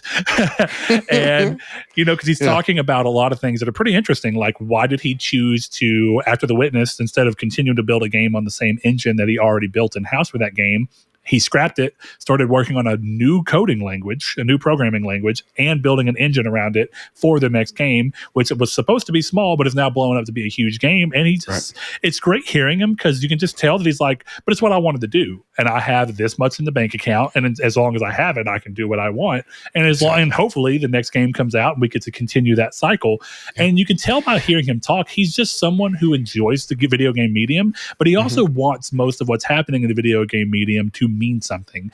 And one of his biggest critiques about the industry at large in that is that these big games start to remove themselves so far from wanting to do anything new, unique, or interesting. It's a very fascinating conversation. I mean, and I agree. I mean, that's why I love seeing Remedy take control. Look at the pun again of its IP. Of going, hey, you know awesome. What? No. Control is mine. Alan Wake is mine. And these games don't need to be the big blockbusters. They just need to fund the next one. Like, that is the awesome thing to see. To see Larian not just make a critically successful game, but a commercially successful ARPG is just nuts. And it's selling well. CRPG. I said A, I'm sorry. A CRPG. And it's selling well. And you could take a look at the Steam charts right now. Let's just go into Steam DB and to see it, how well it's doing. And it's still on the top charts with right now 94,000 people playing it at Jesus Christ. Right now. And for a single player game. For a single, well, yeah, there's multiplayer elements, but like, true. Yeah, predominantly what you know of it being single player. That's nuts. And that game's been out officially since August, but it's been out longer in alpha. So it's just like, we're starting to see the success stories. It's something that we've been pushing on the trophy room a lot. It's like the change that you're going to see in this industry is no longer going to come from PlayStation. I know it's scary because PlayStation's our favorite publisher. The developers are our favorite. And they used to be change. I mean, yeah. But now what we're seeing change from is we're seeing it from Larian, right? We're seeing it from Software. We're seeing it from Palworld devs, right? You're seeing it from these more From Software is not independent, so I take them back, but more independent, more or less dependent on corporate entity to help these games succeed and to thrive. So to me, that's what we're going to start seeing. We're going to see more studios that we've never heard of break out and do some things interesting that are going to change the way we play games, but also the way that PlayStation studios and publishers alike are going to start taking notes. So that's the only hell of a segue, because right now we can immediately go into what is clearly in the spirit of what we're talking about. So hot off the back of directing both Star Wars and Jedi games at Respawn, Stig Asmussen, also known for directing God of War 3, an absolute banger of a game, has announced the establishment of his own studio, Giant Skull. In an industry where big publishers are gravitating more toward, as we've been saying, a future of consistent monetization from live service titles, Giant Skull joins many independent developers in keeping the single-player focused title alive and well, with their first project aimed to be a, quote, AAA single-player focused action adventure, end quote, using Unreal Engine 5 as their engine of choice moving forward. And I love this because there was no reason for Stig to leave and do this. He was probably comfortable as can be at Respawn, which was considering the fact that he just left. Prior to that, he was part of the closure at Visceral. Yep. He moved to somewhere that was a good fit. But I think you can see from this move, it's like, but he doesn't want to be under EA's wing. They're the same people that shuttered Visceral just because one game didn't work out the way they wanted. And it just, you keep going. Like Titanfall 3, like, come on. Jesus. Rest in peace, the Mandalorian game. Come on. Rest in peace, Star Wars 1313. Yes. That's so old, but what a freaking cool what a concept. So yeah, this is right in line with that. I love this because, for a long time it's real easy to see and kind of get down about big publishers moving away from doing anything that really feels interesting. I think even PlayStation is starting to move away from that. The upside for PlayStation is that at least the quality of their games that may not be as interesting as they once were in terms of doing something new and out there. Instead, what they have doubled down on is making sure that their games are quality.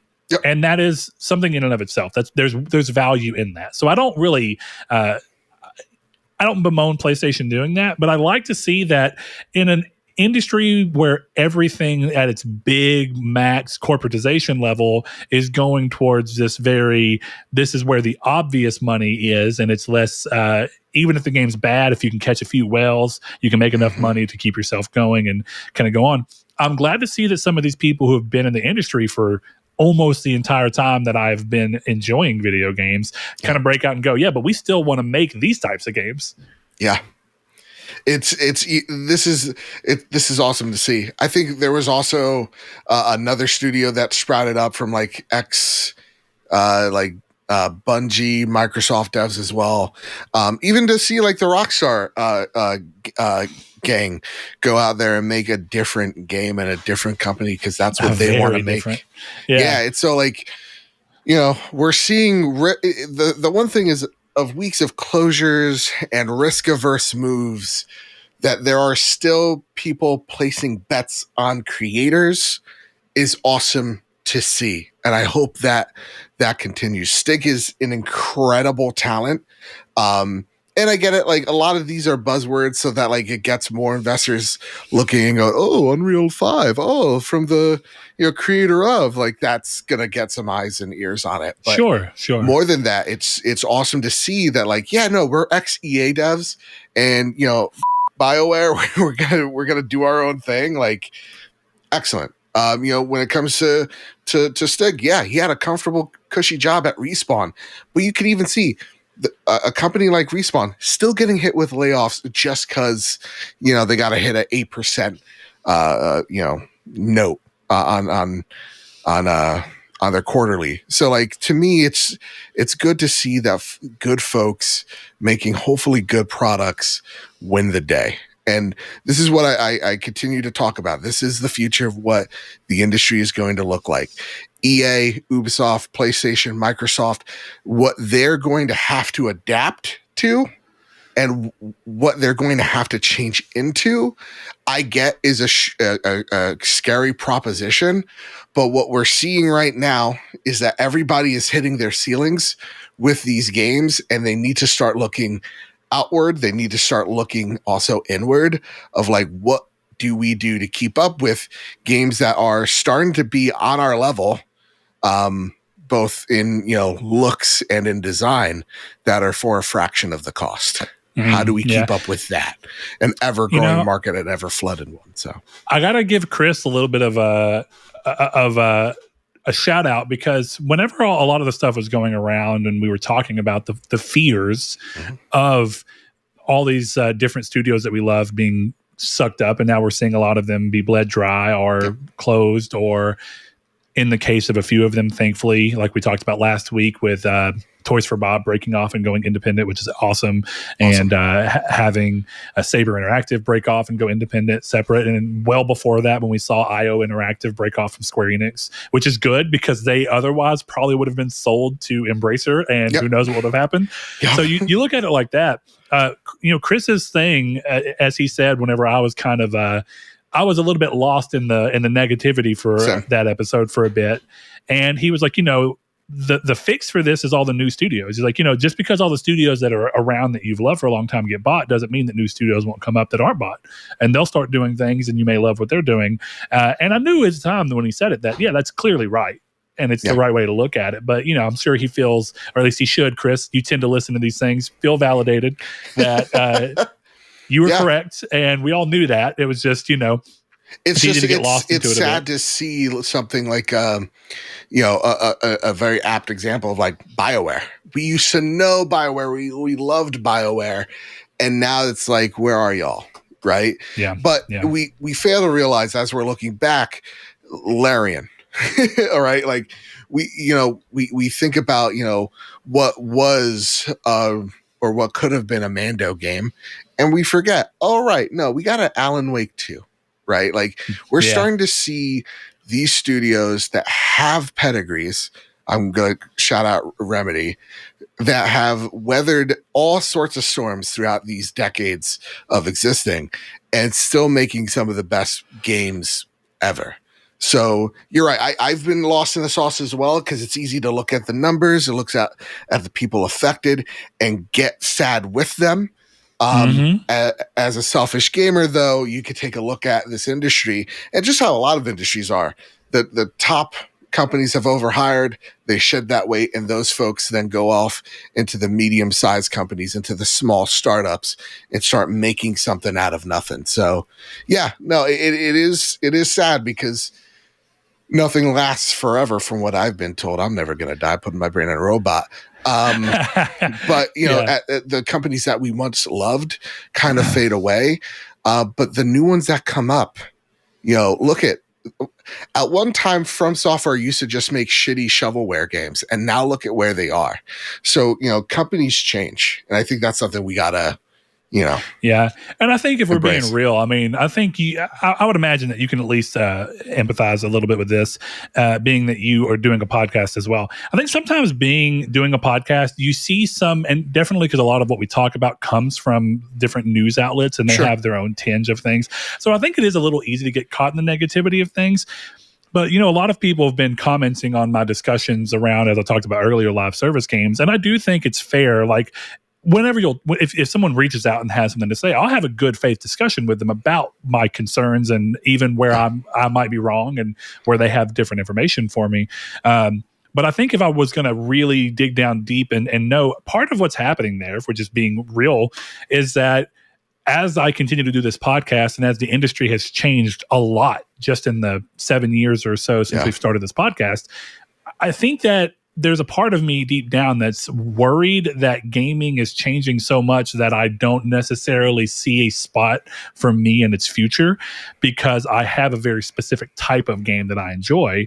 And it seems like that's going further and further away. And even though a game like Rebirth in many ways is usually not what I'd want, I want games like Rebirth and The Witcher 3 and Cyberpunk to be occasional games. And I want the rest, for me, strictly speaking, I like more games that are like a 20-hour single player, very tightly focused. It's what game. Sean Layden was talking about. Exactly. Right? And when even back in 2020, when Sean Layden was saying that, I was like, yeah, dude, games are getting too expensive because everybody wants them to be long, but there's seldom a reason for it to be that long. It's and you start to feel that. A lot of innuendos. To speak on that too,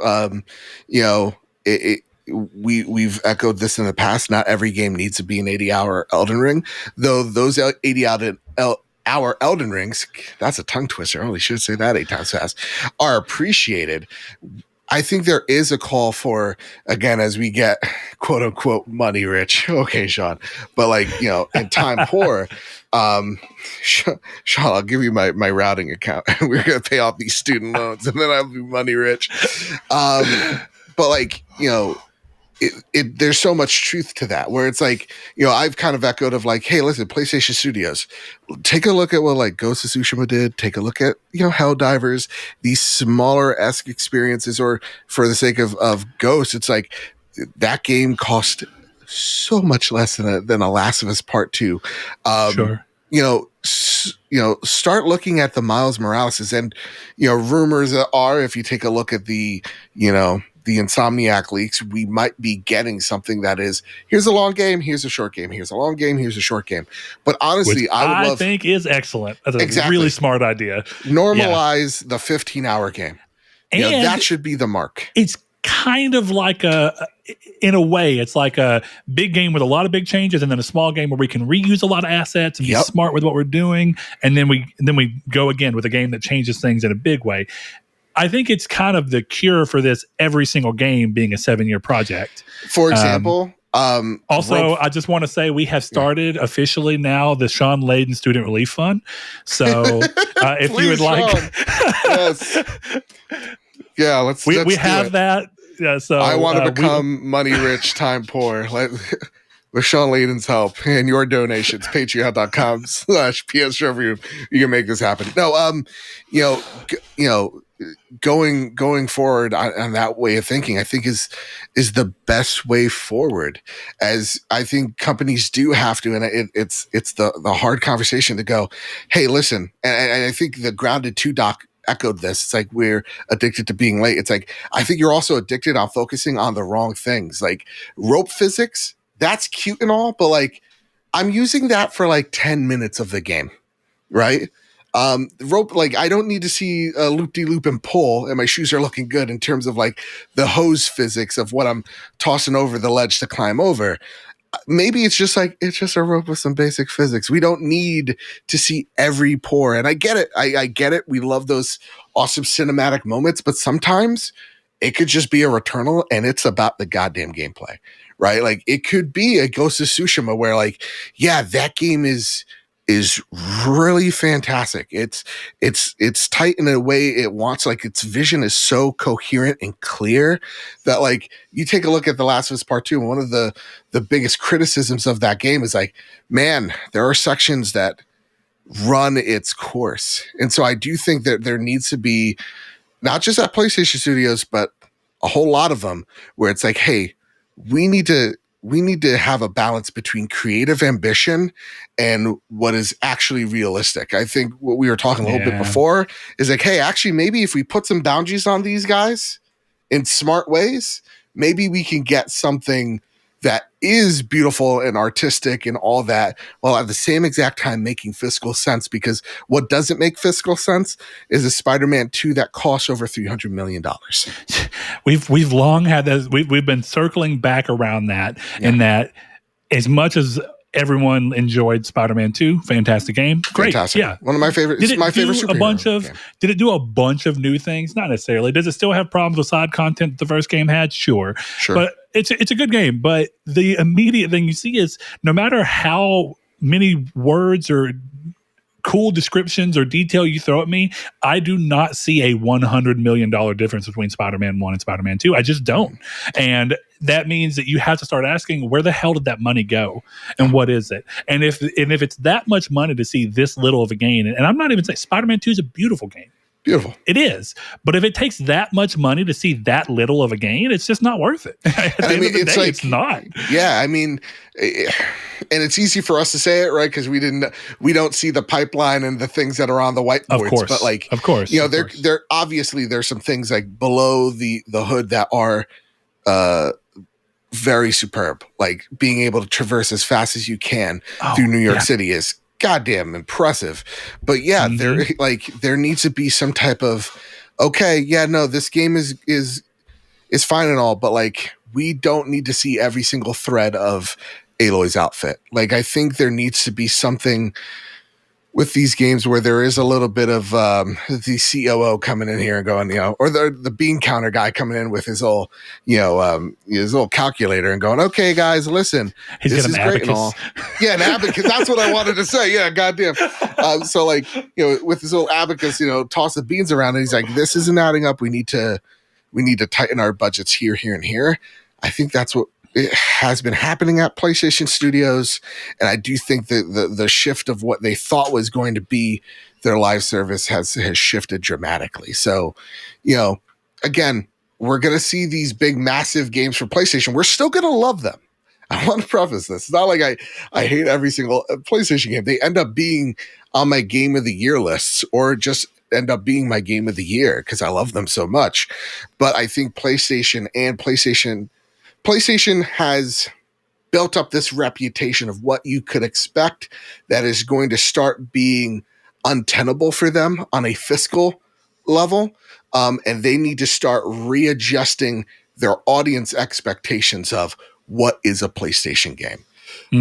That's gonna be the thread that they're gonna have to needle, Yeah, because I think as much as this generation's had a lot of great games, I think it's important to know, at least from my own proclivities of what I like about games, I think every sequel, maybe even including Spider-Man 2, Spider-Man 2 is probably the closest to being what they probably expected, at least from the way I see it. But I think God of War Ragnarok was not as good as God of War 2018 for me. And I don't think that Horizon Forbidden West was really, I think I like both God of War 2018 and Horizon Zero Dawn better than both their counterparts that were both bigger and heavier scale and crazy. And is that cool? Yeah, there's a lot of cool things within them. Mm-hmm. But a lot of what they tried adding to reach these unachievable heights in some ways weighed the games down. And it's really a weird balance between sometimes what you think you want to do just to showcase something off is not always going to be the best thing for the game. And this is coming from someone who likes Ragnarok as much as God of War 2018. And for Forbidden West, though I enjoyed the story more of 1, I love the world in 2 so much more. There is like, hey, maybe listen, not every game has a Queen's Blood or will have a Queen's Blood. Maybe you don't need a strike in your game. A cute little board game, like, maybe that could be put somewhere else or allocated. Which is surprising. I'm gonna be dead honest. I like the strike game more than I liked plenty of stuff in that game, and I didn't think it was great. It was fine, but I don't know how to describe it. There are very different problems for each game too, so you can tell it's developer specific. And it's funny because we kind of got a lot of. It wasn't necessarily met well that Chris genuinely he didn't like either of those games enough to even beat them. I beat both of them and platinum both of them, and I will still clearly point out my problems with both games. They're vastly different. So I can tell it's not something happening at PlayStation. It's just the industry trying to find a way to be what everybody else thinks that they want, what they think everybody wants it to be. And that's where we go back to that thing of like, sometimes constraints are good, because I think about, like, going back to Ragnarok, my complaints with Ragnarok are that it spent a lot of time to arguably underdeliver in a lot of ways. I felt like the story was very long and it didn't really do much with that. It was like very slow, and then hurry up and wait. I feel like what not just our shows, but PlayStation content creators that are level-headed are saying is like, it's something that I think started maybe with Last of Us Part 2, which is like, we love this game and all, but it does need an editor. That is the way to word it. I'm thinking about the Angrboda section of Ragnarok or the giant wall. It's like these things could be illustrated better and take less time and give you more time on the sticks as a gamer, and probably cost or make that budget a little bit more palatable for the bean counters. With the guy I'll tell you this much. The abacus. The abacus, yeah. I'll tell you, the Angrboda section, I think, is a perfect example of, I don't even care if you give me a 45-minute Metal Gear Solid 4 cutscene. Fucking go for it. But it was not worth giving control back to me, because I did nothing. Nothing. And that's the reality of what it is. Moving a woolly mammoth. That said, too, it's like, okay, just cut that down. Size. You're making it longer because of gameplay, but cut it down, and you can give me the same information with realistically a 15-minute cutscene. I don't even care if I get to play for that 15 minutes. But it's you're talking about a Death Stranding sequence, right? Like we saw, dude. Exactly. Can we talk about the little Italian man that's a puppet that's sitting on your lap? Oh my God, we're in. You're like, why is he playing the guitar and shooting lightning? We're in on it, right? Like, there are some times where, like, again, that's awesome, but not every game needs to be a Kojima game. Yeah. Right? Like, not everybody's the auteur. And wildly enough, Death Stranding was apparently a lot cheaper than both Ragnarok and Forbidden West. Right. So it's just like, there's going to be some deep soul searching at all these companies. Luckily for PlayStation, they have time to soul search. For Xbox, look at me segueing us. Look at this. Maybe they don't have that time. Maybe they don't. But while we're talking about it, while hardly a full indicator toward the demand for the title, it is interesting to note that reports of Sea of Thieves topping both the US and UK pre-orders for PlayStation Network are circulating around, painting a picture of a game that has, at the very least, a lot of curiosity around it. A long-supported staple of Xbox's Game Pass business plan, and of course a long staple of any Xbox conference, Sea of Thieves is one of the 4 games Microsoft announced to be heading to rival platforms. These results point toward this move being the right one for both Xbox and the still active player base selling said Seas. And with that, we have a question that I think is going to kind of wrap all this up. And we're going to get into technically a piece of news, an addendum for this news. Okay. Over on Twitter, Jason G says, do you think Sea of Thieves coming to PlayStation is more of a win for PlayStation or Microsoft, and why? And I am going to go ahead and preface this with my quick answer, and it's the little girl in the tortilla commercial that goes, why not both? Why not both? So I want to hear your answer, but quick addendum to this that plays into this is, I think somewhere in this, it's telling that PlayStation had meetings with Rare to get this game up and running as best they could on PlayStation in a good way. So clearly PlayStation is supporting this in a very specific way. Yeah. So I think the easy answer that we'll then dive into is that it is beneficial to both of them, but they both have different things to gain from it. So, Joe, let me hear what you think. First off, it's not even like I was trying to rush us from our last topic because I was having a lot of fun. I was having a lot. It's the fact that that segue was there, and I'm like, I gotta take the segue. I got Casa de Sol segue this. No, let me tell you something. I'm a huge Sea of Thieves fan. I have put close to 600 hours into Sea of Thieves. Love that game. Love that it's coming to PlayStation. It's something like, it was my COVID game, and it's something I always joked about with my Xbox buddies. It was just like, man, wouldn't it be cool if I was playing this on PlayStation? And you know, my friend of me, Luke Lord, would be like, and would it be cool if we were playing together and I was on Xbox? We joke about that constantly, and now this is happening, and I shit you not, Brett, this is my most anticipated game right now. Like, Dragon's Dogma is right there on the hard drive, right? Rise of Ronin, right there on the horizon. I'm excited for both those games. I'm playing the shit out of Final Fantasy. This game, a game that I've put already hundreds of hours into, I'm so excited to jump into as a Sea of Thieves fan. So, like, who does it benefit? We say it all the time, and it's like, you know, I get it. It's so cliche. Us, the gamers. Holy crap, this is awesome. That being said, it benefits both companies for different ways. It benefits Microsoft because they get to pour more life into this game, and also Rare pours more life into this game. People end up buying some battle passes, whatever they call it there, some cosmetics, all that stuff, and then it helps PlayStation because they get 30% of that. They get, you know, that little battle pass money as well. So it helps for Xbox to find more of an audience for their games, because admittedly they are capped. Like, they hit that ceiling just like PlayStation is starting to hit that ceiling. They hit it a lot sooner because their audience is just, call it what you want. I get it. We're a PlayStation show. We got PlayStation bias. But look, I got the Starfield controller. Don't yell at me too much.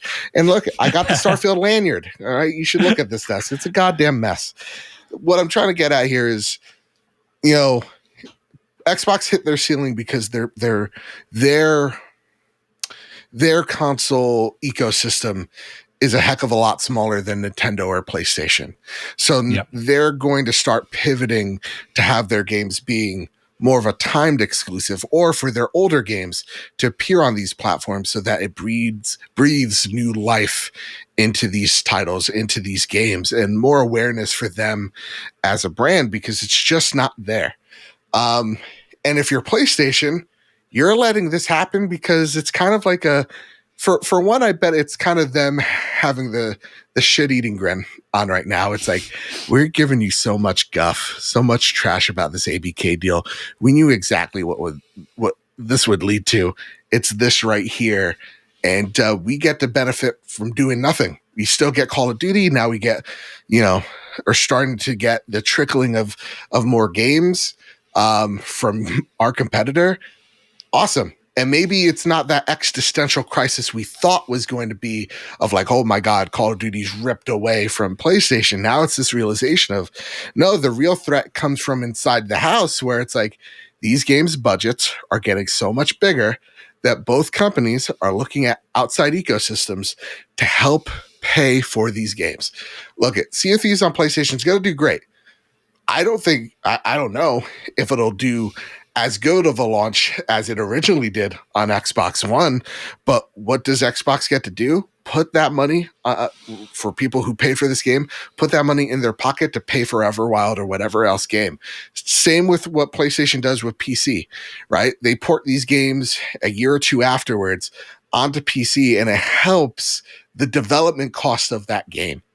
So it's not so much to make buku money. It's more so of building awareness on another ecosystem that we exist. Here's a taste of our products, while also funneling and funding. So this is a good time to, once more, and I've said it on the show once before, but I think it's a really great thing to look at. Sean Layden was on a different podcast. This has been months ago now. But they were talking about the move towards putting PlayStation games onto PC. And while Sean Layden's been gone for a while, he was in place when they first announced Horizon would be coming over, Days Gone, and all these different games would be coming over. So that, of course, means that this happened largely in part, at least due to him as well. And the train kept rolling. And when he's talking about it, he's ruining the PlayStation name, Brett. How dare they? But what I love is, you know, they were talking about it. They're like, he was explaining what the idea was. And it's like, we've reached a market that we're going to reach on our own platform. The people who were going to buy the game after this amount of time have mostly bought it. And the game kind of just sits there getting a couple sales here and there as it continues to go on. And he said, you know, he goes, so what are we losing? He goes, The people who want it on PlayStation already have it. He goes, the people on PlayStation, he goes, this or the people on PC, he goes, we've already lost to them, arguably. He goes, but how can we re-engage with them? He goes, if we take our game, put it on their system, he goes, it's a win-win situation because either they buy it, and at the very minimum, you get the money from them buying it. And that helps go back towards the cost of the game. Or they buy it, they realize that, oh, this is the special sauce that PlayStation has. And if I want to have this without having to wait, maybe I should jump into the PlayStation ecosystem. And you would think, well, how many of those people actually ditch and move along? And I'll tell you, I have a number of people in my life who are very PC heavy players that as they've gotten older and they have more responsibilities and more bills, and PC gaming is cheaper per game, but more expensive for the hardware and all these different things coming together. Yep. I know a lot of people who have swapped from being PC focused to being PlayStation focused. Or the people who originally are a weird hybrid. And what's more interesting is a lot of the people I've seen, and this is of course all just me telling you, this isn't statistically proven out or anything, but it's anecdotal, right? It's anecdotal, but I think it's interesting that a lot of those people who have jumped to PlayStation from PC were people that were Xbox heavy throughout the original Xbox and 360 and even some of Xbox One, started going PC heavy. And now that things are coming back around, instead of jumping back out to Xbox where you might expect them to, they're jumping to PlayStation. What does that tell you? Maybe it's because a few of their games come over there and they go, hey, this Days Gone's pretty cool. Hey, this Horizon's pretty cool. Hey, this is pretty cool. And even something as simple as Helldivers Day One is still an example of, oh, wait, this game's a PlayStation console exclusive.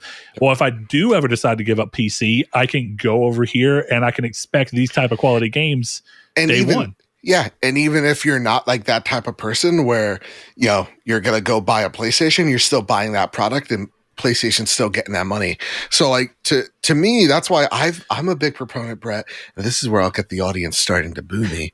I don't day and date this, like day one PC, PlayStation. I don't particularly care because I'm old. I don't like, I can buy a gaming PC right now, but it's just going to go to editing to the podcast.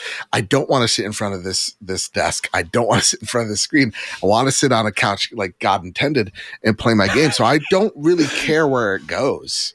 And what we've seen out of the Xbox camp is like they have put their games day and date on PC as well as Xbox. And yes, the Xbox Series hasn't sold as well as the Xbox One, which is an awful console.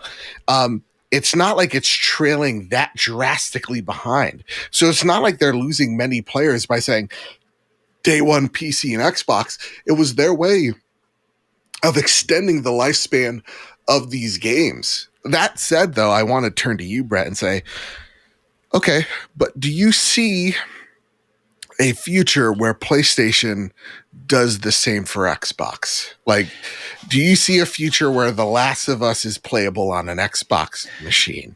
I know you cringe at the thought, viewer, but do you see that realistically happening in our lifetime? What's the time frame? So, in looking at this, it's a bit of a loaded question because I think that it's pretty telling that of the 4 games Microsoft put over, 2 of them are games as a service games, and 2 of them are games that are very small, very specific niche genres. It's pretty telling. We didn't get a Halo. We didn't get their big games. We didn't get Starfield. Again, not yet. Who knows? Who knows? But right now, this is what we're seeing. And that means 2 of these, which have genuinely reached their market cap that they were ever going to find. They're already in a severely limited market. So it makes sense to move them over. And then the other 2 are games that live and breathe off of people continuing to play them and the extra monetization that comes off of them. So I think I have to give a somewhat split answer. I do see, and I personally don't have a problem with games like Helldivers or Fair Games eventually coming out, being day and date, much like we saw with Helldivers on PC, and then a year or 2 down the road also coming to Xbox, or even 4 years or 6 years. And the reason I say that is because I think Sea of Thieves is a really good example to show that they had their exclusivity window. It was a game that pulled people into buying their console. And then as the game has continued, which every live service game wishes it can do, continued to be successful enough for 6 years that they were able to go to keep this momentum up for this title that's been vastly, performing past what we would have could have hoped for. Yeah. We're going to extend it out, and suddenly we're going to have a vast new influx of new purchases. Not subscription play, by the way. There is no Game Pass, baby. You're buying this game if you're playing it. That's right. $40. Let's go. That's right. And also great price point. Yeah. Instead of trying to bring it over and give it the full $60, $70 treatment, $40. Right price point. I think if you look at all that, they're going to make way more off of the monetization of the different aspects of the game. And this is going to be a good coal mine for them. They can just keep digging out. They can keep getting more and more out of it. I think that's what you'll see from PlayStation. I would personally not be surprised, nor would I personally care if after Helldivers has done its benefit of being a PlayStation 5 exclusive, something to go, this is what you get if you come here. You get this day and date. You don't have to wait. Yeah. But if you do wait, we'll still hook you up with a game like this because we want the community around the game to survive. Therefore, Helldivers 2, Xbox 2026. Yeah. Yeah, but I think The Last of Us 2 is a broad market appeal game. It'll come to PC where it'll have broad market appeal without completely going to competition in the same way. I don't see currently PlayStation games that are single player focused going to Xbox, while I still don't currently see big broad appeal single player Xbox games coming to PS5 just yet. Yeah. I think what you mentioned is telling in the way of like most of Xbox's first party games do have this live service element. So I do see a day where we see Gears and a Halo on PlayStation, just because those games live and die off of their audiences. And when you're living in the lands of your Call of Duty Warzones, your Fortnites, and whatever weird, taste of the day, which could be your Power Worlds or whatever. There's just so much competition in the multiplayer space where it's like, it totally makes sense. You like at least to put the Halo, multiplayer on another platform that is a lot more popular than yours. Right. Yeah. And it's not like I've long said, split it up. Halo Infinite's campaign is exclusive to PC and Xbox consoles, and the multiplayer is everywhere. I wouldn't have been surprised if that would have been one of the. I would have, because no matter what you do, even something as simple as Sea of Thieves, booting up your PlayStation and seeing pre-order Sea of Thieves is kind of wild. It's weird to see. And I'm sorry, I'm unzippering not my pants because of the erection. I'm unzippering the Master Chief Elite controller that I have. Yeah. I love Halo. I love Gears of War, and I do love a good Xbox game from here and there. So like, it's not saying it as like we got you, we won. It's just the fact that like I love Halo and I want that game to be experienced by as many people as possible. And when you are a multiplayer game, you live and die by that audience. And I think the PlayStation audience would hop on these games. And if you're an Xbox guy out there, you get to kill us a whole bunch. I don't know. We're gonna have to parlay on more telling.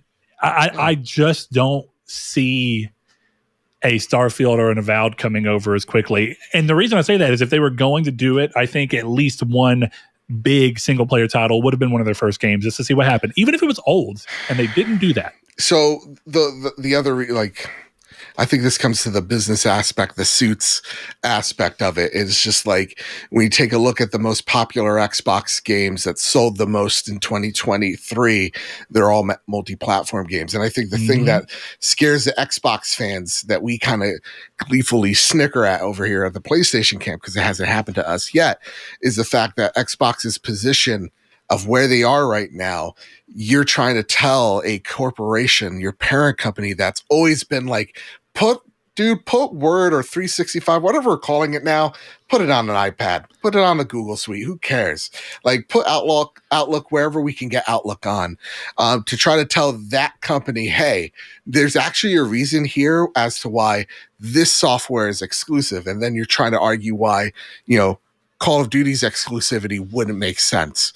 So they're in a really tricky situation where it's kind of like Activision and the Bethesda deal changed more of Xbox than Xbox changed those companies. So they find themselves in a very vicarious situation, ironic wording, but like of saying, okay, well, I know Bethesda's not particularly pleased that Starfield's not everywhere or whatever have you. I do feel like those games, you're right. In the feelings department, It would be we didn't weird even if I get saw Redfall, bro. Right. What if they give us that next? I would laugh. No, look, I would do for it. real. It would be The game I went to that is such a weird deep cut that I'm sure, but I think it'd be more telling for me if Quantum Break right. came to PlayStation 5 as a remaster and they re-released it on Xbox, that would be an interesting call. What if because then I'd be like, they are willing to put their single player marquee games, even if they're in the past, they're willing to do it. Therefore, there's a chance that you can see a day where Starfield might grace PlayStation. But since they're not, I think they're waiting to see how much extra money games that have extra monetization can get them, and whether or not it will stave the need to get the rest of your exclusives on the competition. Because I think they're smart enough to know that if they sold Xbox on exclusives, which they did, just going to throw that out there, and so did PlayStation. They sold their PlayStation exclusives. I don't think anybody wants to hear that I bought an Xbox so I could play the next Halo and Forza and all these different games, and then even if it's 4 years later and you're like, wait the fuck up, I'm Infinite's on PlayStation. I could have just waited. No matter what, that's what happens. And that's why I even understand when some of the PS5 fans are like, well, hey, I bought this because I wanted to play games that you said I could only play on yours, but now I can play them on PC. Should I have just invested that money in my PC? It's a good question. Yeah, and I think it's a reasonable one. And listen, I did that when I left the Xbox ecosystem permanently. I was just like, I'm going to go into PC gaming. I'm going to be a PC gaming bro. That's going to be my main platform. PlayStation's for my exclusives. And then I was just like, oh, this sucks. I don't like having to update my drivers every time I log on, right? The moment that you run into driver problems, all steam behind wanting to feel good about PC gaming starts to just go down the drain. It's already a trouble putting up this podcast. I have no idea how I started this feed. Are you kidding me? So I don't want to do that in my gaming. So no, it's true. You're going to get some people that go, yeah, why did I even buy a place? I should have just bought a PC. But I feel like if you are a corporation that has hit your ceiling, you're going, okay, yeah, we'll lose some of those people, but how much more money can I gain if I just put these games on PC? And I think if you are the Hiroki Totoki, and you got your abacus out, that is the math that you are currently doing. I see PlayStation's trajectory right now very much shortening the window on day one, or like a year or two release. I do see a future where we're looking at 6 months to a year, and then that gap slowly decreasing over time, where in the next 5 years, we're playing these things day and date on PC. And we were wondering why it was such a big deal in the first place.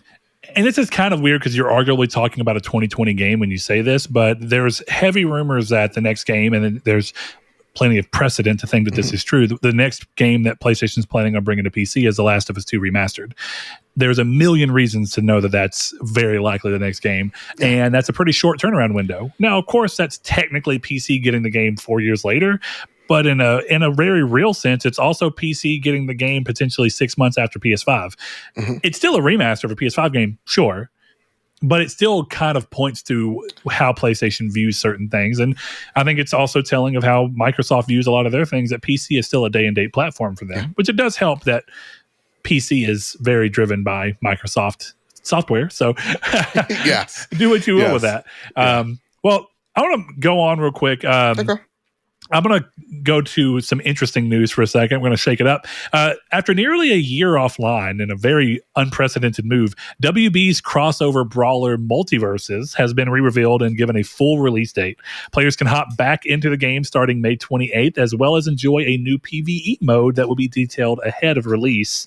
This is a weird example of a games as a service game coming out for a while, blinking away to give the developers more time to focus on making the game better as far as they see fit.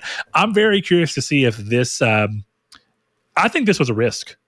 Yeah. I think this was a calculated risk, but it was a risk all the same. I'm very curious to see if this pans out for them and if MultiVersus will do well. We got a McDonald's Happy Meal, man. That's the collab of dreams. Look, the money they spent for that partnership with McDonald's is the money they didn't spend on the Adult Swim game stuff. So, I don't know. There's a weird benefit because you just had all these amazing fighters just release a year after you pulled yours off. So maybe you get that second win. But honestly, and I'm not a big fighter, so I don't have much to add here. I just think it's this is so strange. And my feeling in my heart of hearts is this is going to die in a year. You just have way too many really good fighters out there. You're still competing with Smash Brothers. I don't know if this ain't, and you just pulled it off to pull it off. Like, it just, I don't know. It's a great game. Don't get me wrong. What I played of it, I had a lot of fun with. I just, I know when it was out the first time, the audience dwindled and died awfully fast. They were not able to hook on to the initial success, which again, that's the still a fear for Helldivers as well. It's like, can it cling on to that success? The difference between these two is they're vastly, it's held on a lot longer than plenty of games. I mean, you talked about Power World, and a lot of people are like, well, Power World's, it's already blinked and vanished away. And that's true. But Power World's not in the conversation the same way that it was for its first week or two. Sure. But if we're being honest, the developer doesn't care. You bought a game in early access. You 10 million of you or some crap bought a game in early access at $30, and they made their money well over. All they got to do now is focus on the game, and the people who the game was always going to be for are going to benefit. And the people who just hopped in on the hype train, it doesn't matter. I do think it's interesting that Helldivers has lasted well longer than Power World did. Power World was a lot bigger total, but for a shorter window. It was like a cannon blast, whereas this has been like a motorcycle just revving up, and then we've shot past, we're in the red. Now, that's it, though. Like, it's not like Power World's forgotten out of the conversation. It's still doing really well. And it's doing very well. It's just not in the zeitgeist in the way that it was. Exactly. When we talk about like games, we're usually talking about the zeitgeist, and we're not like, we ignore the fact that like Grand Theft Auto 5 constantly is in the top 10 every goddamn like fiscal quarter, and like right now on PC alone, 60,000 people are playing it right now. So it's like, again, and I think that's a game where we look at it and we go, it's ingrained in the zeitgeist. It never leaves. Yeah, it's a cultural touchstone at this point. Even if when that game eventually closes its servers, everyone knows about it. Everyone has talked about it. Someone knows something about it. Yeah, me either. But I still think Power World's an interesting thing, because even talking about the zeitgeist, Power World had the zeitgeist for about 2 solid weeks of people being very impressed with it, maybe 3. And we're at the point with Helldivers where we've reached the month mark, and it's still in the zeitgeist, and arguably it's continuing to grow, which Power World did as well. But then it very abruptly stopped once everybody who had any kind of remote interest in that type of game bought it. And then the people who were always going to fall off, fell off. And one of the things that's interesting about Helldivers is not only has it continued to grow, it's had very little drop off. Yeah. It still had drop off, but very little. Like I think the last week it was like 4%. But that's right. It's also breaking all types of trajectory in terms of like the tail of a game. Like, we're seeing week in, week out Matt Piscatella going, this is actually, it's gained. It's like, it's crazy to see. And right now, like 320,000 people playing that game. I feel like I'm like, someone on the, doing the electoral college right now, So like, it's an interesting thing to see numbers wise. These games do. One in the zeitgeist still, and even a month afterwards, we're also talking about like their all-time like high. It was just a few days ago with the launch of the mechs. So like as long as they're able to like hit on these touchstones and evolve the game in smart ways, they have something here. Same with Power World. It still hasn't even launched on Nintendo or PlayStation yet. If Nintendo doesn't sue them. Which, no joke. Power World coming to PlayStation will give it a huge second wind, and a game that's already sold more than it ever needed to is going to sell a good chunk more. And I'm going to say 2 things. First off, I can't imagine Miyazaki knocking on the Power World's HQ, a gun in hand, just like they open the door, Miyazaki smoking with a Glock in one hand, just cocks it back, and it's like, cut it the fuck out. But yeah, like, and when it comes to Helldivers' success, listen, we quoted him once. I'll do it again. I saw a snippet online of like Colin saying, of Sacred Symbols going like, yeah, it's nice, but this is not the success that, is going to change anything out of PlayStation, something around those terms. And I was just like, someone's out of their element here, because like, this is, you take something like this where again, It's beating all sorts of numbers, even your biggest game. This is what they probably wished Last of Us Part 2 or Last of Us Online would do, right? This is on, remember, this game has avalanched or yeah, whatever, Halo's numbers, right? This is the most successful second party or Sony game on PC. Like, yeah, it's not the $70 sexy marketing that we think of when we think of PlayStation. Again, could be a way of them kind of starting to change what we think of PlayStation when we think about them. But like, this is a huge, massive success for Sony and for Arrowhead. And if they are able to capitalize on this success and continue to listen, this game's not going to have 300,000 active players forever.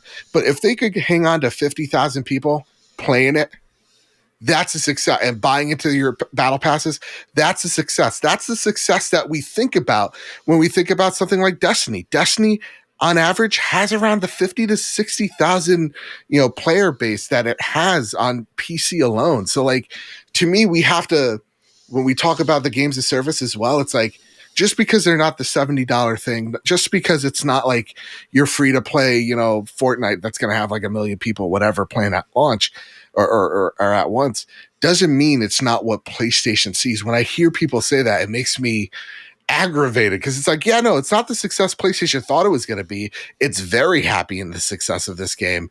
And I hope we see PlayStation back this game in a bigger way and back these sorts of games. Let me ask you something. Yeah. In regards, then we'll move on to the next piece of news. Oh, yeah. You're fine. I think it's about Helldivers because I think one thing that was interesting, and we'll talk about it in a little bit. We'll bring it back around to this, but for a second, a lot of what we talked about with the Last of Us factions, Last of Us Line, whatever you want to call it, that they were working on and that ended up getting canceled and then moving off of it. It was kind of understood from different reports that came out. And if you read between the lines of the official statement that was put out, that Bungie kind of was like, this ain't it. Yeah. Do you wonder, as a second party team in the way that they were, do you think Bungie assisted at all with Helldivers monetization, design, or any of that? Do you think that they at least came in as a consultant to be like, this is what we think you do and don't have? Or do you think that Sony really just let them go? You made Helldivers 1 a game that you supported in much the same way. It just didn't.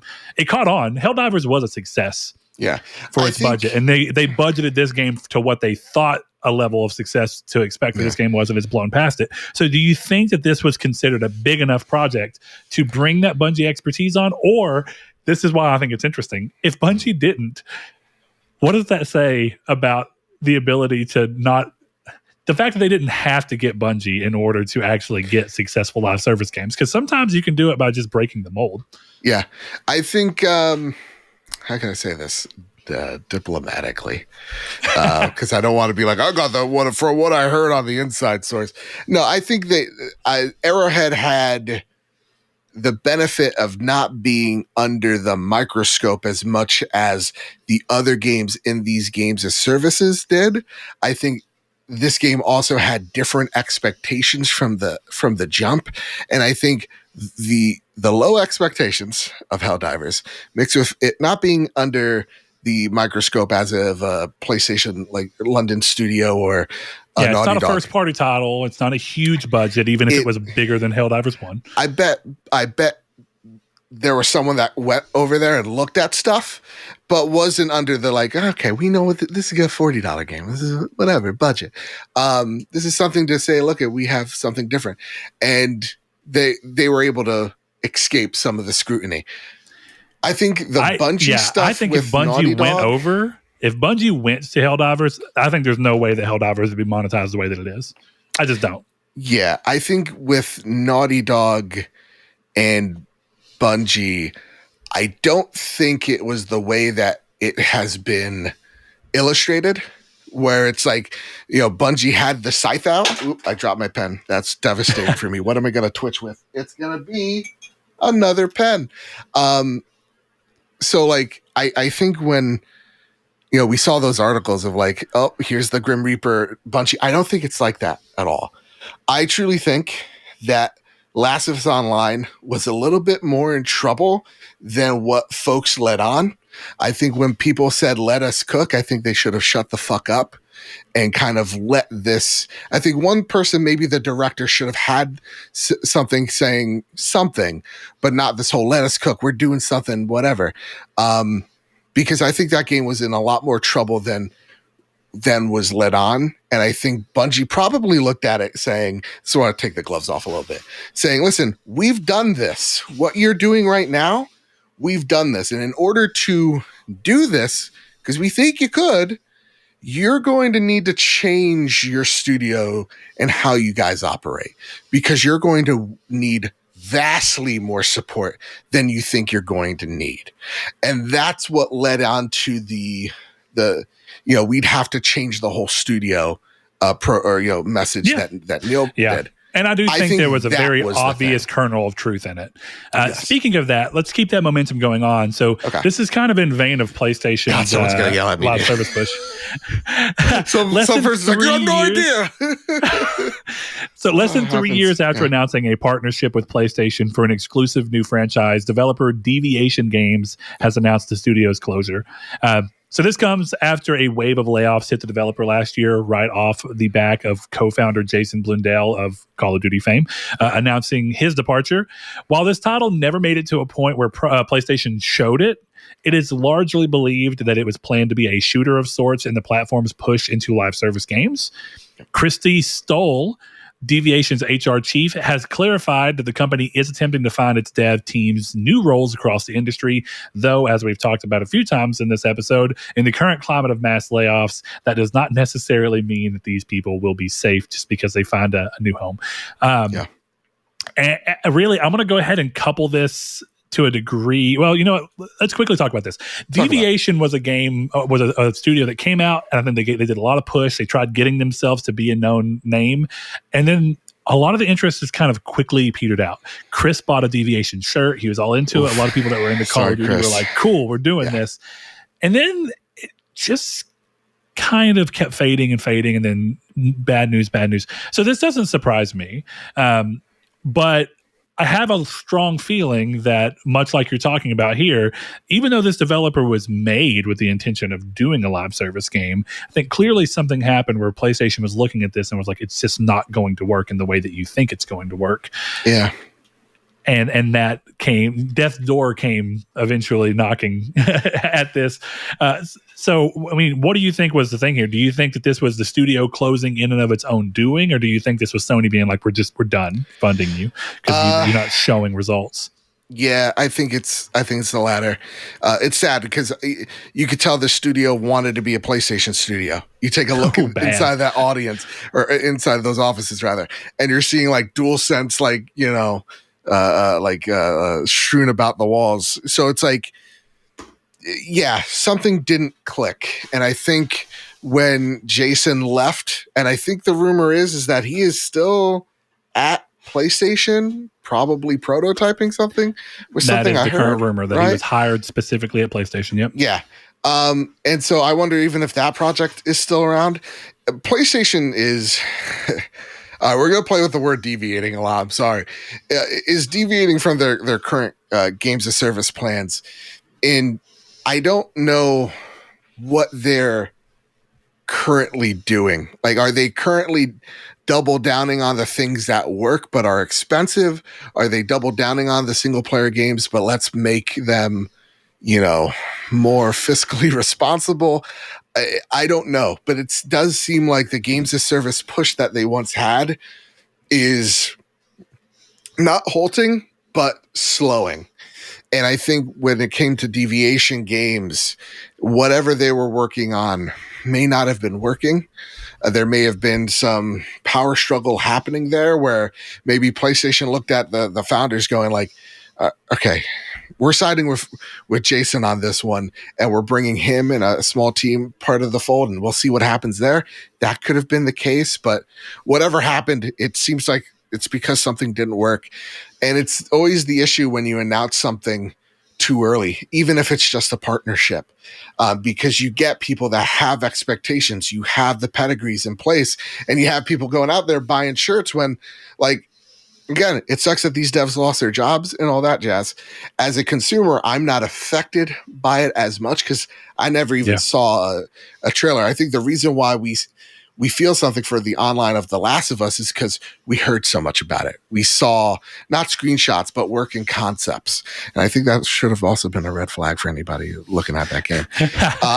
So it's like, you know, I think those things have to play.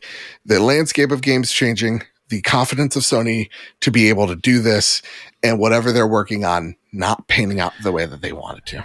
So speaking of PlayStation's live service push, and definitely I agree with you. I think it's become clear, and I think Sony has said so themselves, that they're not pulling out of live service. Rather, they're adjusting the quantity and the release schedule. Originally, they wanted, 10 released by 2025? Yeah. 12, and then now they've pushed it back to where there will only be so many they're going to release within the 2025 window. Which is probably the smart move. But with that in mind, a trailer appeared online today for what is said to be a canceled Spider-Man multiplayer game from Insomniac. Look at this segue. Titled The Great Web. Yeah. So it is very likely, just so everyone knows, that this is from the Insomniac Games leak. So look into it as you see fit. If that's something you see as morally wrong, don't do it. But if you're interested in it at all, you can go and see. But if true, it looks like more than Naughty Dog have decided against the live service route, whether or not that was of their own accord or Bungie's. So I'm kind of looking at this too. Like, is this similar to learning that what Insomniac's strengths were not to splinter their studio out and try and support something like this, to have it last enough to be a real live service game? And there seems to be a push away from doing traditional multiplayer games. So even if this was a traditional multiplayer where it comes out, everybody has fun, it's a game that's supported for a single year, and then you move on, happy with what you got. It seems like the big publishing industry has no interest in that anymore. Would you agree with that? I'm typing it in to see the trailer again, because I ain't afraid of no leak. You kidding me? I definitely think probably something similar. The interesting thing with Insomniac, we don't really have like I think the leaks kind of put out what their numbers are. They're a massive studio. We're talking at the time close to, if not a bit over, 500 people working at Insomniac on multiple things at once.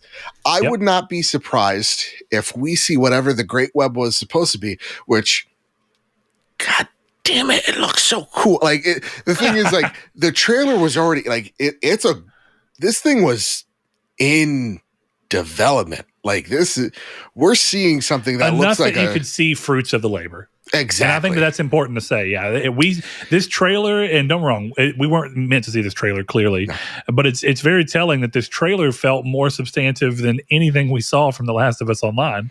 Exactly. Yeah. Goes to show maybe we had our expectations a little out of it. Yeah. But when we talk about this game, perhaps what PlayStation does when we take a look at this game is, hey, maybe we take the ideas of Shattered Web and we just put it into Spider-Man 3. So, or, an expansion to 2, so that we sell more Spider-Man things. The thing that we're seeing all these companies struggle on, you hinted at earlier, is like, oh, Ragnarok, I liked it, but not as much as, because Ragnarok was new and different. Same with Horizon at the time, was new and different. These sequels, we have such grandiose visions for it, and devs have built up these expectations, or not devs, but publishers built up this expectation of like, no, the sequel needs to be this much bigger.